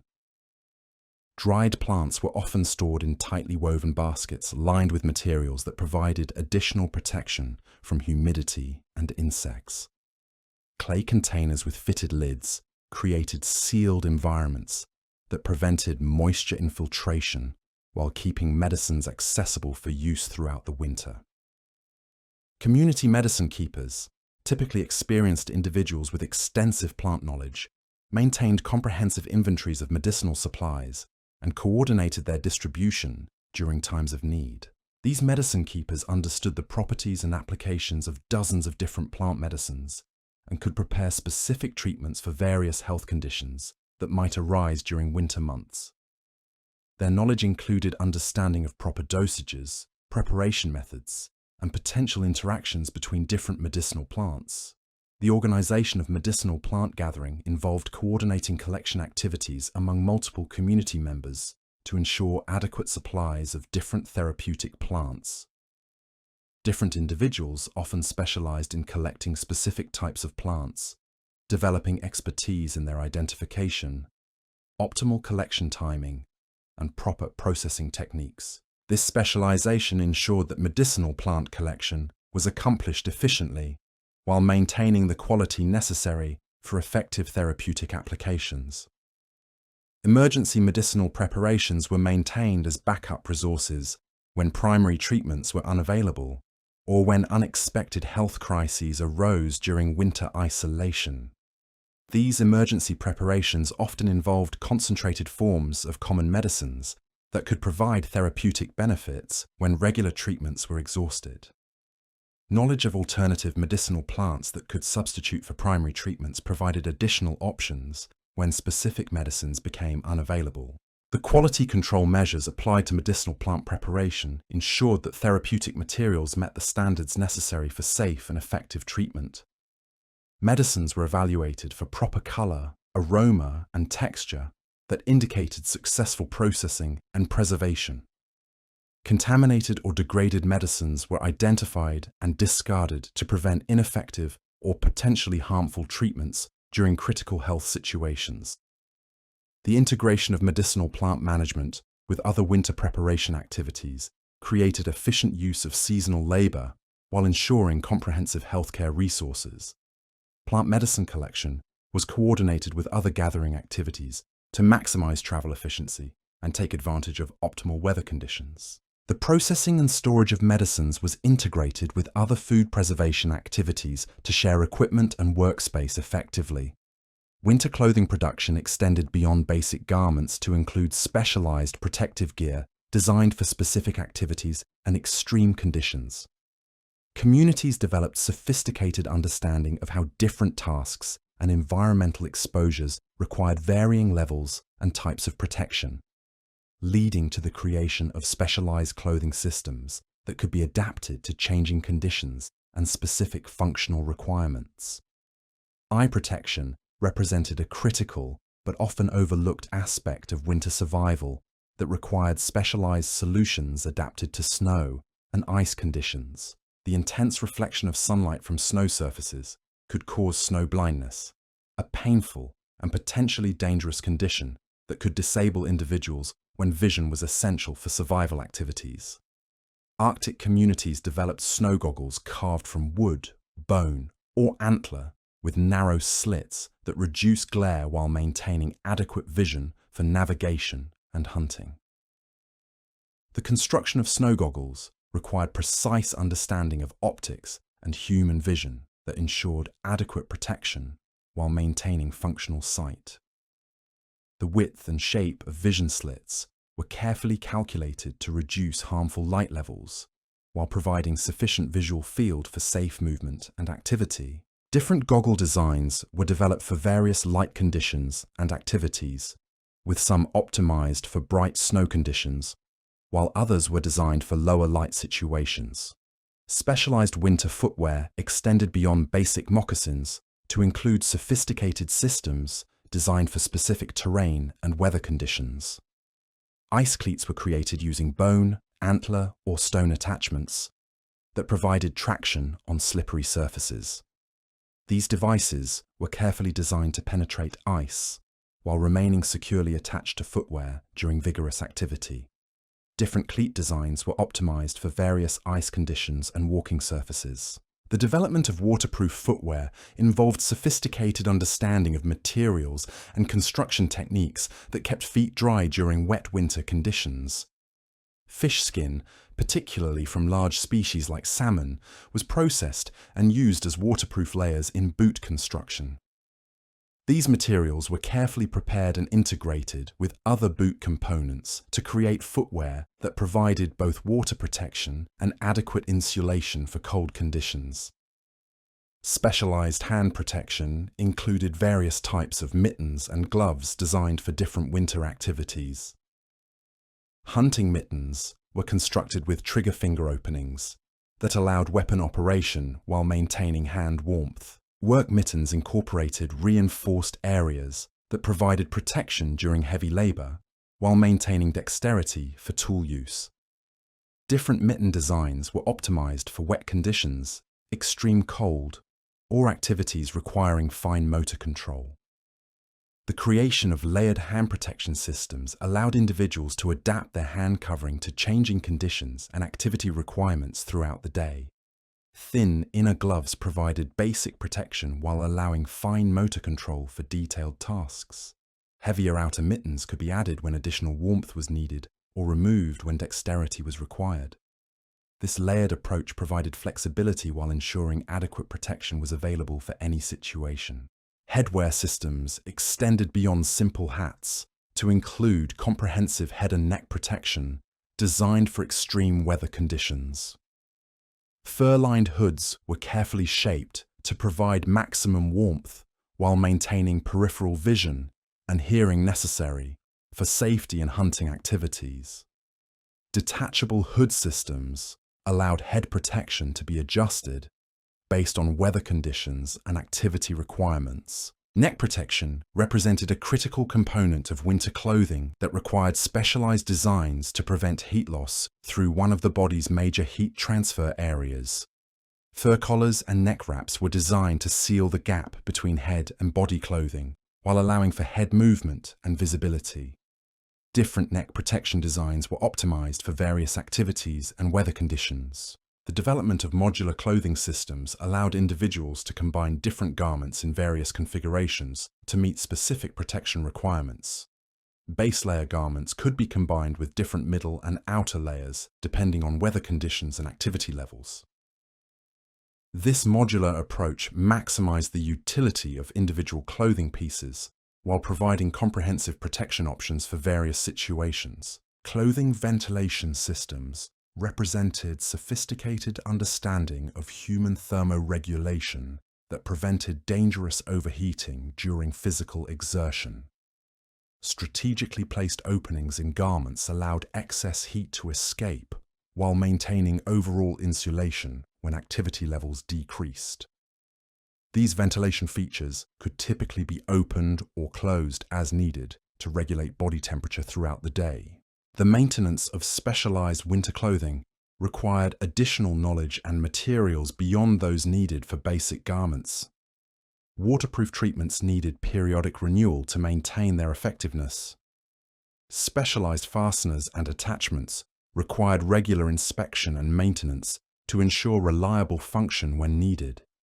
The complexity of specialized clothing systems demanded greater attention to preventive maintenance and repair. Community sharing of specialized clothing items maximized the utility of expensive and labor-intensive garments, while ensuring that essential protection was available when needed.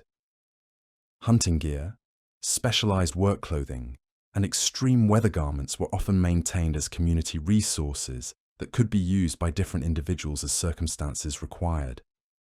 This sharing approach ensured that specialized protection was available, while distributing the cost and labor of creating complex clothing systems. The adaptation of clothing systems to regional environmental conditions demonstrated sophisticated understanding of local climate patterns and activity requirements. Arctic communities developed clothing optimized for extreme cold and wind exposure. Forest communities created garments suited for movement through dense vegetation while maintaining adequate warmth. Plains communities designed clothing that provided protection against fierce winds while allowing for the mobility required during hunting activities. Innovation in specialized clothing design continued as communities developed improved solutions to specific protection challenges. New materials and construction techniques were incorporated when they provided better performance or durability. The sharing of clothing innovations among communities helped spread improved designs across broad regions while adapting them to local conditions and available materials. The training required for creating specialized winter clothing involved developing expertise in advanced construction techniques and understanding of functional requirements that went beyond basic garment making. Specialized clothing makers needed to understand human physiology, activity requirements, and environmental challenges that affected clothing performance. This advanced knowledge required years of experience to develop and was typically concentrated among the most skilled clothing producers in each community. Winter emergency preparedness represented comprehensive planning for survival during catastrophic weather events or equipment failures that could threaten community survival. Communities developed sophisticated contingency systems that provided backup resources and alternative strategies when normal survival systems failed or became inadequate due to extreme conditions. These emergency preparations often meant the difference between surviving unusual weather events and facing potentially fatal resource shortages. Emergency food reserves were maintained separately from normal winter food stores and were designed to sustain communities during extended periods when regular food supplies were exhausted or inaccessible. These emergency stores typically consisted of highly concentrated, long-lasting foods that provided maximum nutrition per unit of storage space. Pemmican and other concentrated food preparations were ideal for emergency storage because they remained edible for years and provided complete nutrition in compact forms. The location and protection of emergency food stores required sophisticated understanding of storage security and environmental conditions that could preserve emergency supplies while keeping them accessible during crisis situations. Emergency caches were often distributed among multiple locations to prevent total loss from any single catastrophic event. These storage sites were carefully chosen to remain accessible even during severe weather, while being secure from discovery by animals or enemies. Emergency shelter systems provided backup protection when primary shelters were damaged or destroyed by severe weather events. Quick shelter construction techniques using minimal materials allowed displaced communities to create adequate protection rapidly when existing shelters became uninhabitable. These emergency shelters were designed for temporary use, while more permanent solutions could be developed, or existing shelters could be repaired. The materials and tools required for emergency shelter construction were maintained in readily accessible locations where they could be retrieved quickly during crisis situations. Emergency shelter kits included basic tools for construction, along with materials that could be assembled rapidly into functional protection. These materials were carefully selected for durability, portability, and ease of assembly under adverse conditions. Emergency fuel supplies provided backup heating resources when normal fuel stores were exhausted or became inaccessible due to severe weather conditions. These emergency fuel reserves typically consisted of concentrated burning materials that provided maximum heat per unit of storage space. Alternative fuel sources, like animal fat or dried organic matter, were processed and stored as emergency reserves that could sustain fires when wood supplies ran low. Communication systems for emergency coordination allowed scattered community members to maintain contact and coordinate survival activities during severe weather events that might separate groups or isolate individuals. Signal systems using smoke, sound, or visual markers provided methods for communication when normal interaction was impossible. These communication methods were particularly important for coordinating rescue activities or sharing information about resource availability during emergencies. Emergency water procurement techniques provided methods for obtaining clean water when normal water sources became unavailable or contaminated. These emergency methods included techniques for locating hidden water sources, purifying questionable water supplies, and processing ice or snow efficiently under adverse conditions. Knowledge of these emergency water techniques could prove life-saving during extended periods when regular water supplies were disrupted. Medical emergency preparations included maintaining supplies and knowledge necessary for treating injuries and illnesses that might occur during severe weather events when normal healthcare resources were limited. Emergency medical supplies were stored in accessible locations where they could be retrieved quickly during crisis situations. Knowledge of emergency medical techniques was distributed among community members to ensure that basic healthcare could be provided even when specialized medical practitioners were unavailable. Community emergency organization involved establishing clear responsibilities and coordination systems that could function effectively during crisis situations when normal social structures might be disrupted. Emergency leadership systems ensured that critical decisions could be made quickly and effectively during crisis situations. Resource allocation protocols determined how emergency supplies would be distributed to maximize community survival during extended crisis periods. Emergency evacuation planning provided strategies for relocating communities when local conditions became too dangerous for survival. These evacuation plans included predetermined routes to alternative locations, along with methods for transporting essential supplies and vulnerable community members. Knowledge of alternative settlement areas and emergency resource locations was maintained as community information that could guide evacuation decisions. Training for emergency situations involved regular practice and knowledge sharing that ensured community members were prepared to implement emergency procedures effectively when crisis situations arose. Emergency drills helped communities identify weaknesses in their preparedness systems while providing practice in implementing emergency procedures. This training was particularly important for ensuring that emergency systems would function effectively under the stress and confusion of actual crisis situations. The integration of emergency preparedness with normal winter survival systems created comprehensive protection against both routine winter challenges and unusual crisis situations. Emergency resources were designed to supplement rather than replace normal survival systems, providing additional security without requiring excessive additional resources. This integration ensured that emergency preparations enhanced overall winter survival capabilities while remaining practical and manageable. Innovation in emergency preparedness techniques continued as communities learned from actual emergency situations and developed improved responses to specific types of crises. New emergency techniques were developed to address challenges identified during actual emergency events. The sharing of emergency preparedness innovations among communities helped improve overall survival capabilities across broad regions while adapting general techniques to specific local conditions and challenges. The documentation and transmission of emergency preparedness knowledge ensured that critical survival information was preserved and available when needed.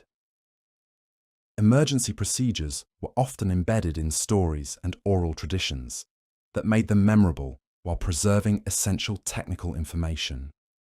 This knowledge preservation was crucial for ensuring that emergency preparedness capabilities were maintained across generations and remained available during actual crisis situations. Seasonal timing coordination across all winter preparation activities represented the master framework that ensured all essential survival systems were completed and ready before harsh weather made further preparation impossible.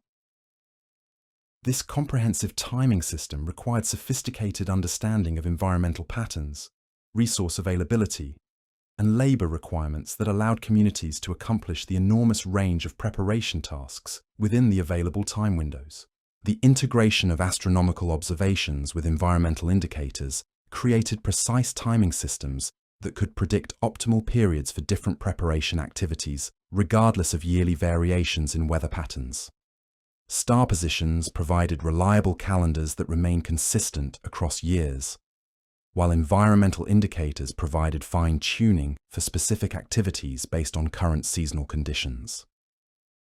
This dual-system approach ensured that timing decisions remained accurate even when unusual weather patterns affected normal seasonal progressions.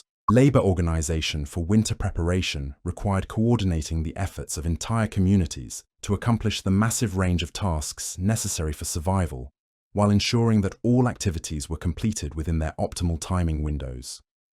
Different families and individuals were assigned specific responsibilities based on their skills and available labor capacity.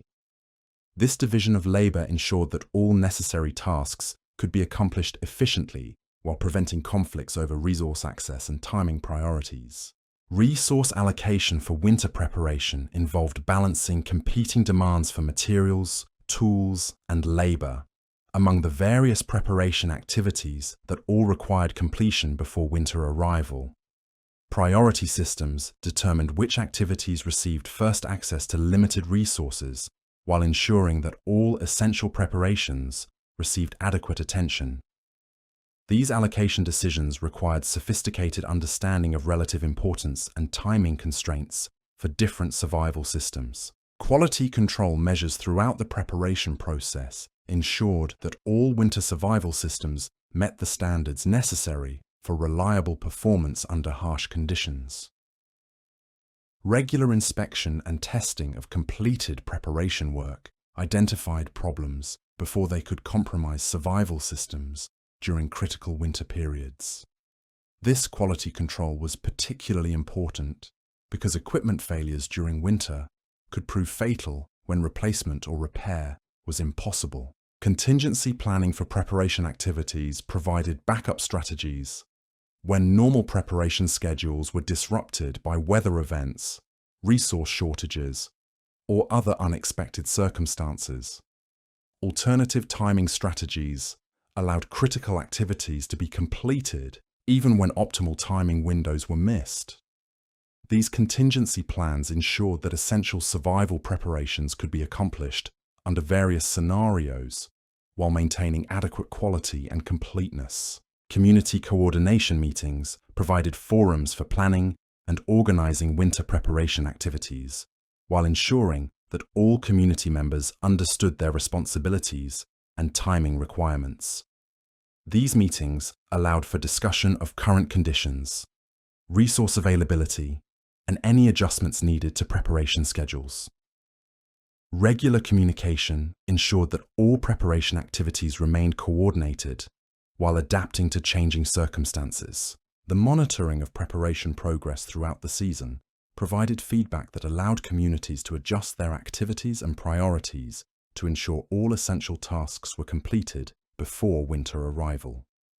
Progress tracking systems identified activities that were falling behind schedule while highlighting areas where additional effort or resources were needed. This monitoring was crucial for ensuring that winter preparations remained on track, despite the complexity and interdependence of multiple preparation systems. Final preparation reviews conducted before winter arrival provided comprehensive assessments of community readiness while identifying any remaining deficiencies that needed immediate attention. These reviews examined all aspects of winter survival systems to ensure completeness and adequacy. Final adjustments and emergency preparations could be implemented based on these comprehensive readiness assessments. The transition from preparation mode to winter survival mode represented a critical shift in community activities and priorities that marked the beginning of the actual survival period. This transition involved securing all preparation work, organizing storage systems for winter access, and shifting community focus from preparation activities to winter survival routines. The timing of this transition was crucial for ensuring that communities were fully prepared before harsh weather made outdoor work impossible. Post-winter evaluation of preparation effectiveness provided feedback that improved future preparation strategies while identifying successful approaches that should be continued or expanded. These evaluations examined which preparation activities proved most effective during actual winter conditions, while noting areas where improvements were needed. This continuous improvement process ensured that winter preparation systems became more effective over time as communities learned from experience and adapted their approaches to changing conditions. The mastery of winter survival across ancient North America reached its most sophisticated expression in the comprehensive integration of all survival systems into unified strategies that addressed every aspect of cold weather challenges. Communities understood that isolated techniques, no matter how refined, could not ensure survival against the relentless demands of winter months. Success required orchestrating dozens of interdependent systems into harmonious operations that sustained entire populations through the harshest conditions imaginable. The development of seasonal calendars represented one of the most remarkable intellectual achievements of ancient American cultures. These were not simple observations of changing weather, but complex systems that tracked multiple environmental cycles simultaneously to predict optimal timing for hundreds of different activities.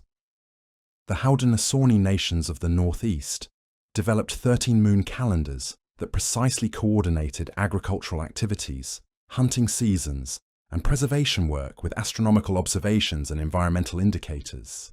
These calendars tracked the behavior of specific animal species whose movements and activities provided reliable indicators of seasonal progression.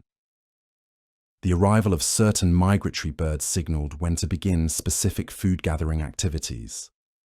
The mating calls of frogs indicated soil temperature conditions that affected root gathering. The feeding patterns of squirrels and other small mammals revealed information about nut and seed production that influenced gathering strategies and storage planning. Plant phenology provided another layer of timing precision that was woven into these comprehensive seasonal calendars. The budding patterns of maple trees indicated when a sap collection should begin. The flowering sequences of different plants revealed optimal timing for gathering various medicinal and food materials. The seed production cycles of grasses and other plants guided the scheduling of late-season gathering activities that provided essential materials for winter survival. The integration of astronomical observations with biological indicators created timing systems of remarkable precision. The position of specific constellations provided consistent reference points that remained reliable across years, while environmental observations provided fine-tuning based on current seasonal conditions. This combination allowed communities to maintain accurate timing even when unusual weather patterns disrupted normal seasonal progressions. Weather prediction systems developed by various tribes incorporated multiple indicators that provided advance warning of changing conditions. Cloud formations, wind patterns, animal behavior, and atmospheric phenomena were all interpreted according to traditional knowledge that had been refined through centuries of observation. These prediction systems allowed communities to adjust their activities based on expected weather changes, ensuring that critical work was completed before adverse conditions arrived. The coordination of community labor during winter preparation required sophisticated organizational systems that maximized efficiency, while ensuring all essential tasks received adequate attention. Work parties were organized according to specialized skills and available labor, with specific groups assigned responsibility for different aspects of preparation. Hunting parties focused on obtaining animals for meat and clothing materials. Gathering groups collected plant foods and materials needed for various survival systems. Processing specialists handled the complex work of preserving foods and preparing materials for storage. The scheduling of these various work groups required careful coordination to prevent conflicts over resources and ensure that activities were completed in optimal sequence. Hunting activities were timed to take advantage of animal behavior patterns while ensuring that meat processing could be accomplished under favorable weather conditions.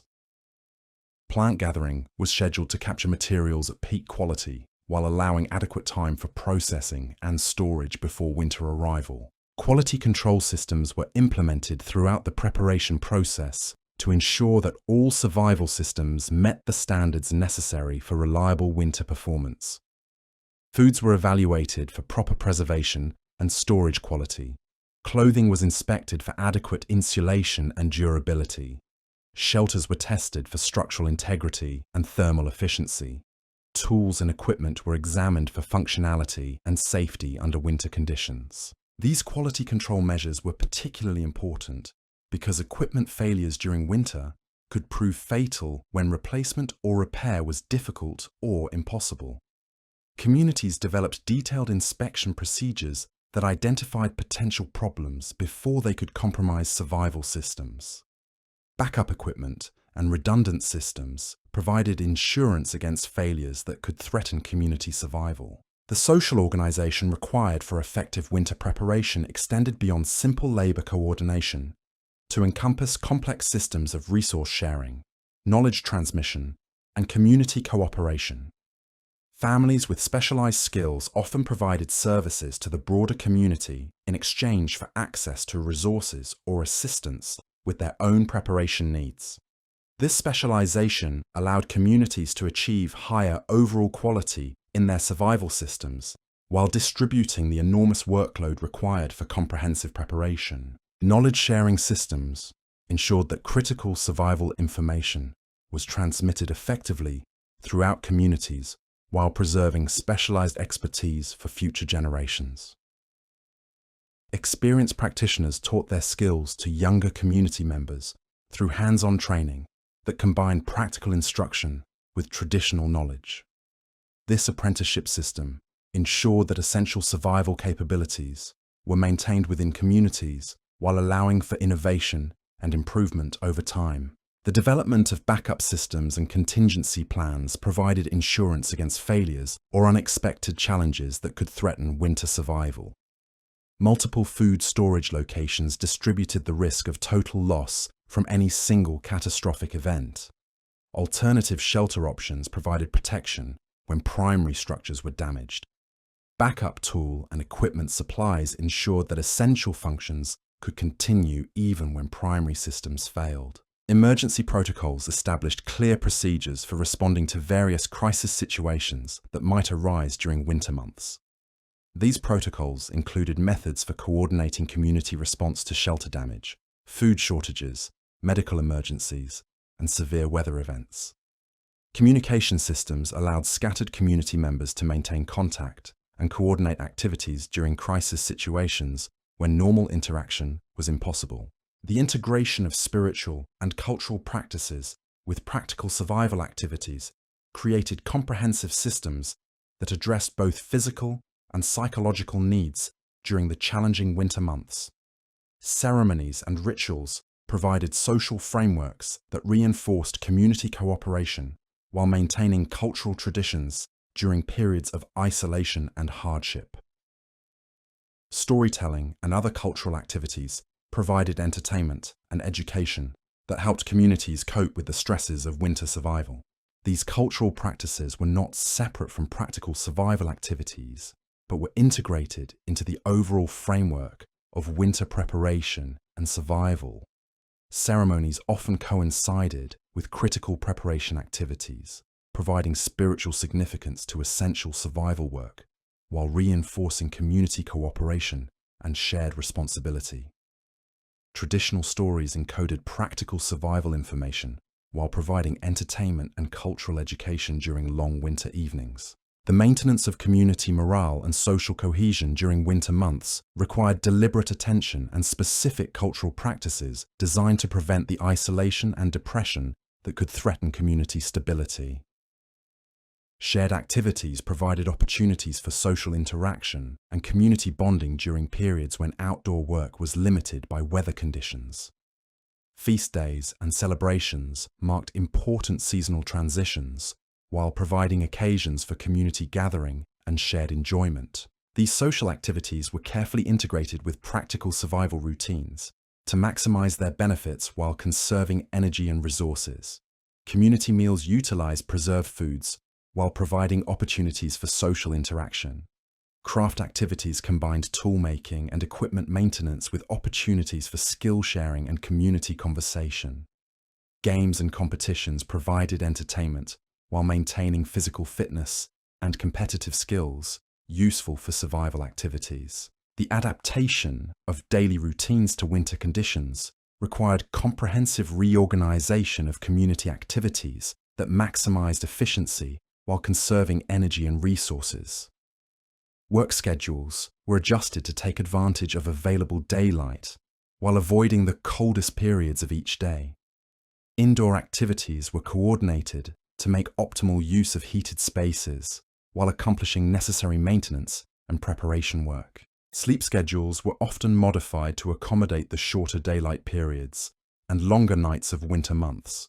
Communities developed strategies for maintaining adequate rest while ensuring that essential activities could be accomplished during available daylight hours. Shared sleeping arrangements in heated shelters conserved fuel while providing social warmth and security during the long winter nights. Food distribution systems ensured that all community members received adequate nutrition while conserving stored food supplies throughout the winter months. Rationing protocols balanced nutritional needs with available resources while maintaining flexibility to adjust consumption based on changing conditions and resource availability.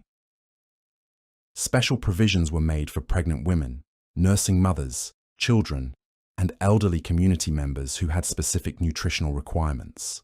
The preparation of daily meals during winter months involved techniques adapted to conserved fuel supplies and limited fresh ingredients.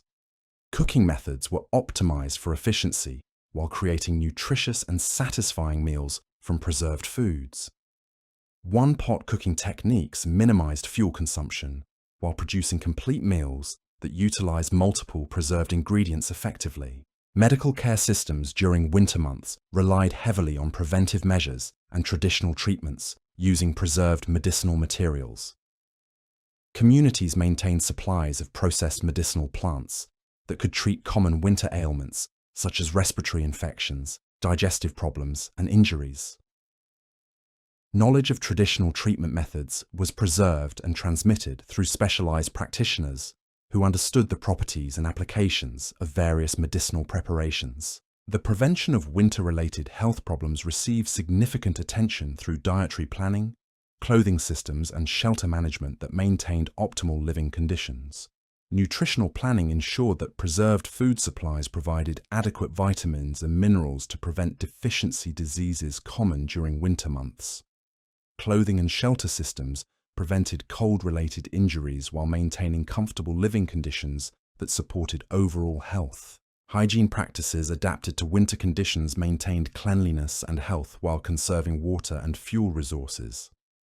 Bathing and washing techniques used minimal heated water while providing adequate cleanliness.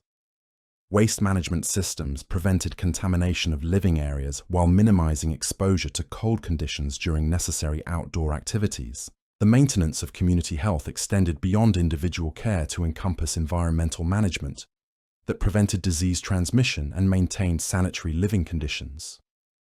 Shelter ventilation systems balanced heat conservation with air quality needs. Waste disposal methods prevented contamination of water sources and living areas.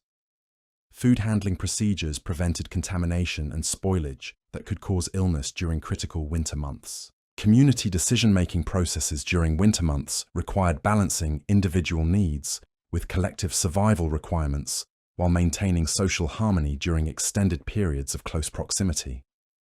Leadership systems provided clear authority for making critical decisions while ensuring that individual concerns and needs were addressed appropriately. Conflict resolution procedures prevented disputes from escalating into community divisions that could threaten group survival. Resource allocation decisions during winter months required careful balancing of competing needs while ensuring that critical survival requirements were met for all community members. Food rationing systems distributed available supplies equitably while maintaining adequate nutrition for all individuals. Fuel allocation balanced heating needs with cooking requirements while conserving supplies for emergency situations. The coordination of community activities during winter months required flexible scheduling that adapted to changing weather conditions while ensuring that essential tasks were accomplished consistently. Daily routines were organized around weather patterns that determined when outdoor activities were possible. Indoor activities were scheduled to make optimal use of heated spaces and available daylight. Work assignment systems distributed necessary tasks among community members based on abilities, skills, and physical capacity, while ensuring that all essential activities received adequate attention. Specialized tasks were assigned to individuals with appropriate expertise, while general maintenance and daily activities were shared among all capable community members. The integration of winter survival systems with long-term community planning created sustainable approaches that ensured survival capabilities could be maintained and improved over time. Evaluation of winter survival experiences provided feedback that improved future preparation strategies, while identifying successful techniques that should be continued or expanded. This continuous improvement process ensured that communities became more effective at winter survival over time as they learned from experience and adapted their approaches to changing conditions. Innovation in winter survival techniques continued throughout the historical period as communities encountered new challenges and developed improved solutions to survival problems. New techniques were shared among communities through trade relationships and cultural exchanges that spread successful innovations across broad geographical areas. Environmental changes required adaptations to existing survival strategies, while maintaining the essential capabilities needed for winter survival. The preservation of winter survival knowledge through oral traditions, practical training, and cultural practices ensured that essential capabilities were maintained across generations while allowing for innovation and improvement over time. Traditional knowledge systems encoded complex survival information in memorable forms that facilitated accurate transmission of critical techniques. Practical training provided hands-on experience that developed the skills necessary for effective winter survival while maintaining traditional knowledge within communities. Education systems for winter survival began early in childhood and continued throughout adult life as individuals developed expertise in different aspects of survival strategies. Children learned basic survival concepts through observation and participation in preparation activities. Adolescents received specialized training in specific survival skills based on their interests and aptitudes. Adults continued learning throughout their lives as they gained experience and encountered new survival challenges. The specialization of survival knowledge within communities allowed individuals to develop expertise in specific areas while ensuring that all essential survival capabilities were maintained within the group. Some individuals became experts in food preservation techniques, while others specialized in clothing production or shelter construction. This specialization improved overall survival effectiveness, while ensuring that critical knowledge was preserved and transmitted within communities. Master practitioners within communities served as repositories of specialized knowledge while providing training and guidance to others developing survival skills. These experienced individuals understood the subtle details and advanced techniques that distinguished expert-level performance from basic competency. Their knowledge was particularly valuable during unusual situations or emergency conditions when standard approaches proved inadequate. The testing and validation of survival techniques involved practical applications under actual winter conditions that confirmed the effectiveness of different approaches while identifying areas needing improvement. Communities regularly evaluated their survival systems through actual use while maintaining backup approaches for situations when primary techniques proved inadequate. This practical testing ensured that survival systems remained effective and reliable under real-world conditions. Documentation of survival experiences through oral histories and traditional stories preserved important lessons learned during actual winter survival situations while providing guidance for future generations facing similar challenges. These accounts included detailed descriptions of successful techniques along with warnings about approaches that had proved ineffective or dangerous. The preservation of both positive and negative experiences provided comprehensive guidance for winter survival planning. The adaptation of survival techniques to changing environmental conditions required flexibility and innovation while maintaining the essential capabilities needed for winter survival. Climate variations required adjustments to existing techniques, while new challenges demanded development of innovative approaches. Communities that successfully adapted their survival strategies to changing conditions were more likely to maintain their populations and cultural traditions over long periods. Regional variations in winter survival techniques reflected the diverse environmental conditions and available resources found across ancient North America, while demonstrating the sophisticated understanding different communities developed of their specific local conditions. Arctic communities developed techniques optimized for extreme cold and limited resources, while forest communities created approaches suited for different climate patterns and resource availability. The exchange of survival techniques among communities through trade relationships, intermarriage, and cultural contacts spread successful innovations across broad geographical areas while adapting general approaches to specific local conditions. This cultural exchange improved overall survival capabilities while maintaining the diversity of techniques needed for different environmental challenges. Seasonal variations in survival techniques required communities to adapt their approaches based on the specific conditions encountered during different winters while maintaining core capabilities that remained effective across varying circumstances. Mild winters required different resource management approaches than severe winters, while unusual weather patterns demanded flexible responses that could adapt to unexpected challenges.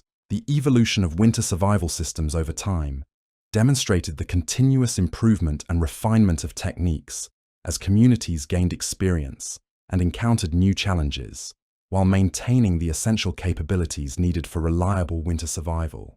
Archaeological evidence shows gradual improvements in survival technologies, while traditional knowledge systems preserved and transmitted successful techniques across generations. Future planning for winter survival involved long-term strategies that ensured communities could maintain their survival capabilities while adapting to gradual environmental changes and evolving cultural needs.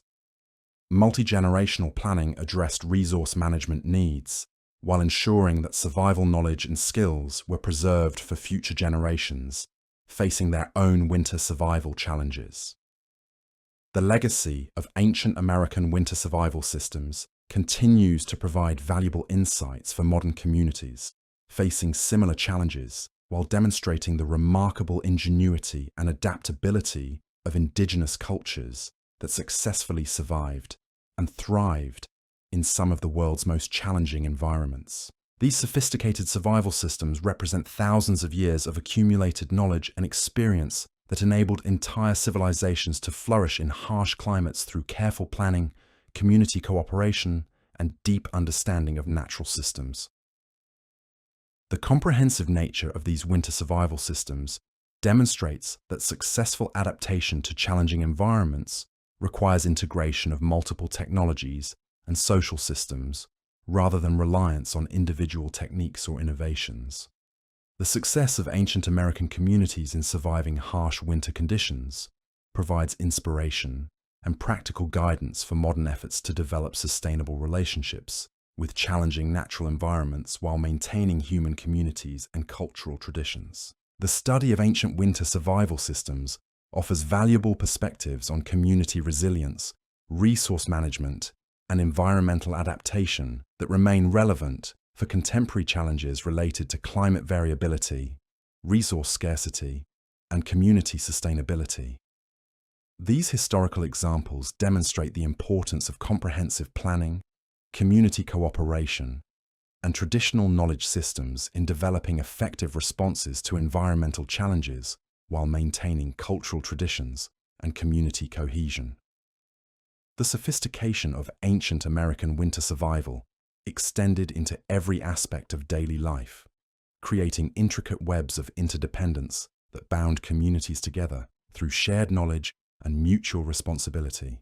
The success of these comprehensive systems relied not just on individual skills or isolated techniques, but on the seamless integration of countless specialized practices that had been refined through generations of careful observation and adaptation to local environmental conditions. In the Pacific Northwest, coastal communities developed winter survival strategies uniquely adapted to their maritime environment and abundant forest resources. The Tlingit and Haida peoples of southeastern Alaska created elaborate winter village systems that took advantage of protected coastal locations while maintaining access to marine resources throughout the cold months.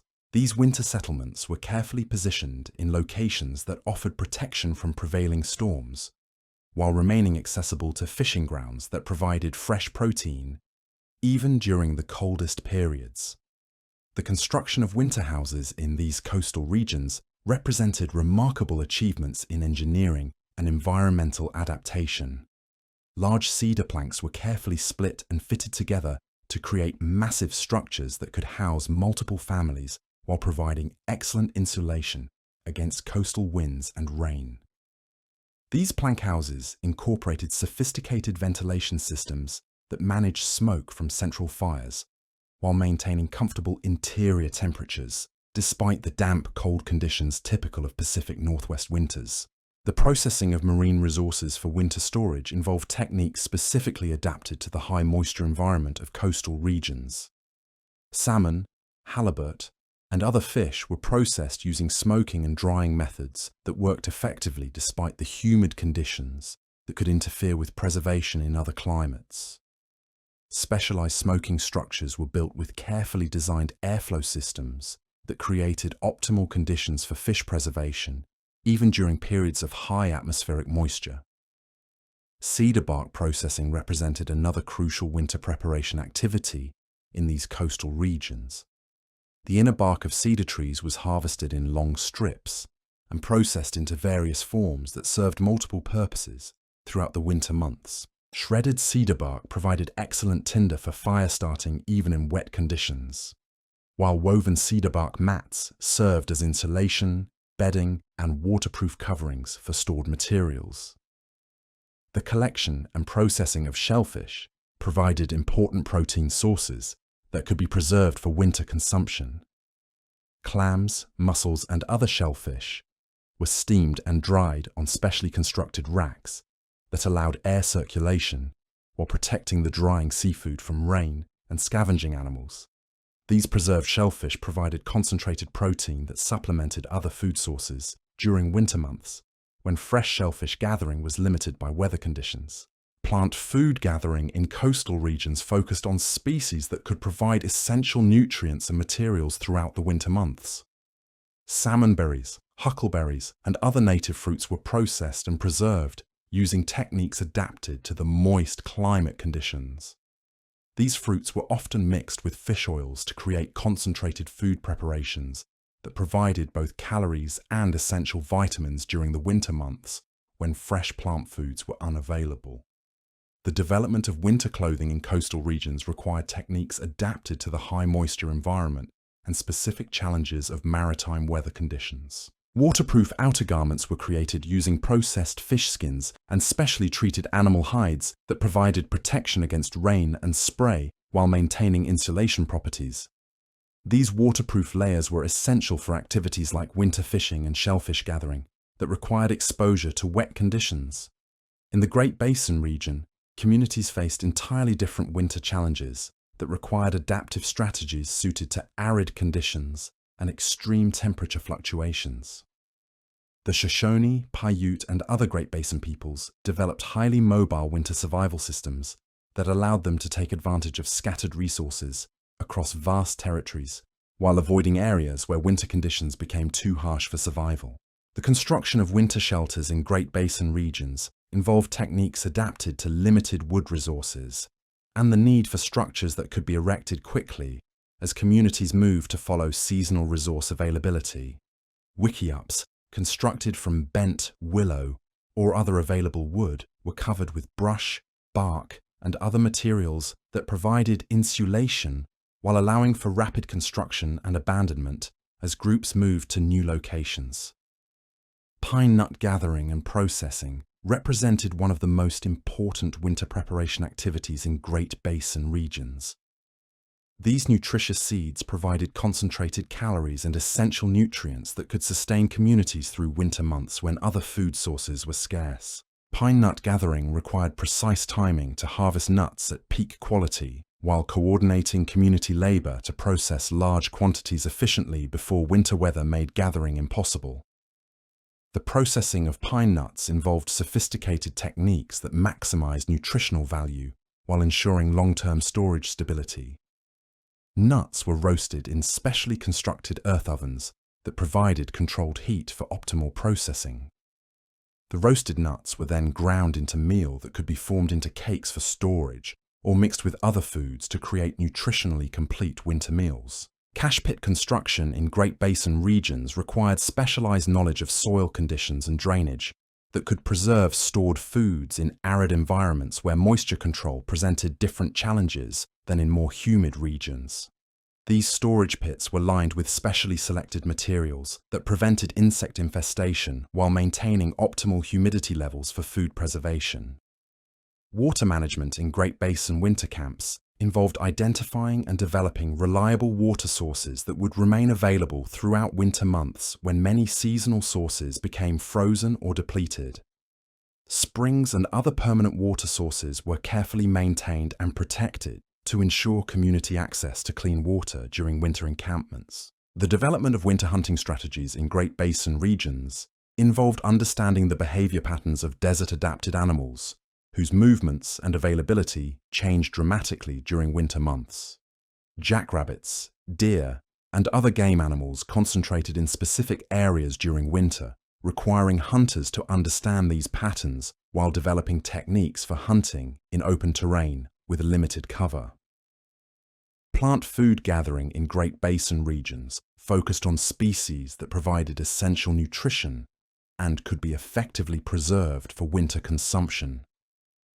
Seeds from various grasses and other plants were collected using specialized gathering techniques and processed into nutritious foods that could be stored for months. These plant foods provided essential nutrients that complemented animal proteins in creating nutritionally balanced winter diets. The creation of winter clothing in Great Basin regions required techniques adapted to extreme temperature fluctuations and limited animal resources. Rabbit skin blankets were created by weaving together strips of rabbit fur into large, warm coverings that provided excellent insulation while making efficient use of small animal resources. These blankets required the coordinated hunting and processing of many rabbits to create adequate winter bedding and clothing for entire families. In the subarctic regions of Alaska and northern Canada, indigenous communities developed winter survival systems adapted to some of the most extreme cold conditions encountered anywhere in North America. The Athabascan peoples of interior Alaska created comprehensive survival strategies that enabled year-round habitation in regions where winter temperatures regularly dropped to 50 degrees below zero or colder. The construction of winter dwellings in subarctic regions involved sophisticated understanding of insulation and heat management that could maintain livable conditions despite extreme external temperatures. Semi-subterranean houses were excavated partially below ground level to take advantage of Earth's insulating properties while incorporating multiple layers of insulation materials that trapped warm air effectively.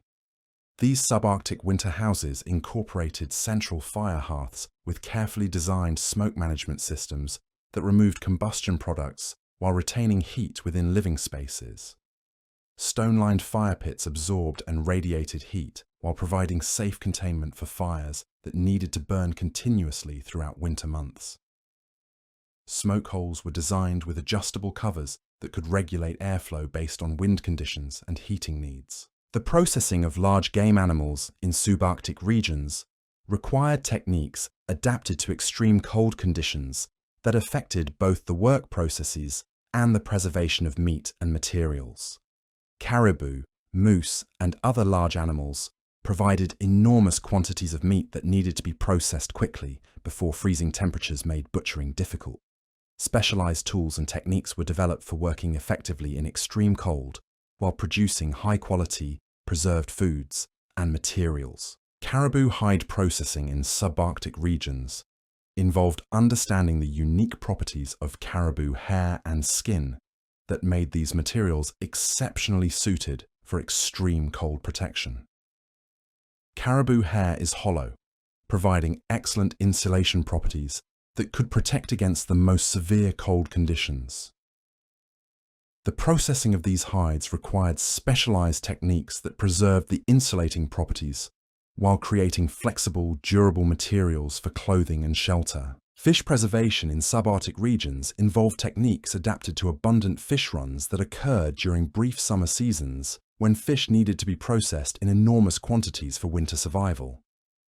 Fish wheels, weirs, and other specialized catching devices allowed communities to harvest large numbers of fish efficiently when runs were at their peak. These fish were then processed using smoking and drying techniques adapted to short summer seasons and variable weather conditions. The development of winter transportation systems in subarctic regions involved creating specialized equipment for travel through deep snow and extreme cold conditions. Dog sleds provided efficient transportation for people and supplies across long distances during winter months when other forms of travel became impossible.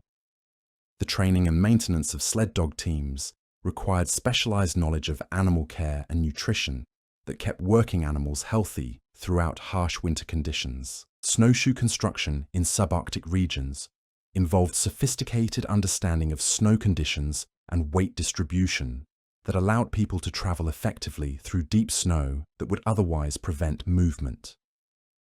Different snowshoe designs were optimized for various snow conditions and travel purposes, with some designed for speed, while others provided better flotation in soft snow conditions. The management of winter fuel supplies in subarctic regions required careful planning and conservation techniques that ensured adequate heating fuel throughout extremely long winter seasons. Wood gathering and processing began during summer months when access to forests was easier and weather conditions allowed for extensive outdoor work. This fuel needed to be cut, split, and seasoned according to techniques that maximized burning efficiency while ensuring adequate supplies for heating and cooking throughout winter months that could last for 8 months or more. Food storage in subarctic regions took advantage of natural freezing conditions that provided excellent preservation while creating challenges for accessing stored foods during extreme cold periods. Outdoor food caches were constructed using techniques that protected stored foods from scavenging animals while keeping them accessible during winter months, when digging through snow and ice was required to reach stored supplies. The coordination of community activities in subarctic regions required sophisticated social organization that ensured all essential survival tasks were accomplished during brief summer seasons when outdoor work was possible. Work parties were organized to accomplish major tasks like fish processing, meat preservation, and fuel gathering that required coordinated community effort to complete within available time windows. Tonight, we've journeyed through the remarkable world of ancient American winter preparation, witnessing the extraordinary sophistication and ingenuity of indigenous peoples across this vast continent. From the Inuits' masterful igloos that transformed snow into shelter, to the Haudenosaunee intricate underground storage systems that preserved harvests through the longest winters, we've seen how these communities developed comprehensive survival strategies that enabled not just survival, but flourishing through nature's harshest seasons. These weren't primitive peoples eking out desperate existences, but master engineers of survival who understood their environments with scientific precision. Their layered clothing systems rivaled modern outdoor gear. Their food preservation techniques sustained entire communities for months. Their shelter designs incorporated principles of thermal dynamics that would impress contemporary architects. Every technique, from the Plains tribe's portable teepees to the Pacific Northwest's cedar plank houses, represented generations of refinement and adaptation to specific environmental challenges. What united all these diverse approaches was the understanding that winter survival demanded comprehensive preparation, community cooperation, and deep respect for natural cycles.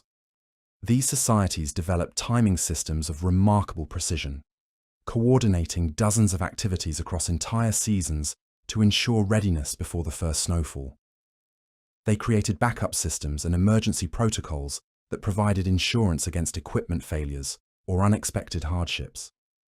Most importantly, they fostered social structures that distributed knowledge, shared resources, and maintained community cohesion during the isolation of winter months. The legacy of these winter survival systems extends far beyond historical curiosity.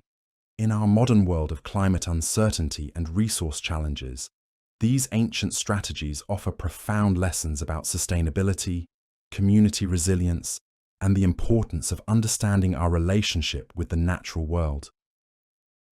These indigenous peoples demonstrated that humans can thrive in the harshest environments through careful planning, cooperative effort, and technologies that work with rather than against natural systems. As you settle into sleep tonight, perhaps you'll carry with you an appreciation for the remarkable ingenuity of those who came before us, and the sophisticated knowledge systems they developed to flourish in harmony with winter's demanding embrace. Their wisdom reminds us that survival isn't just about individual strength, but about community bonds, traditional knowledge, and the patient observation of natural patterns that sustain us all.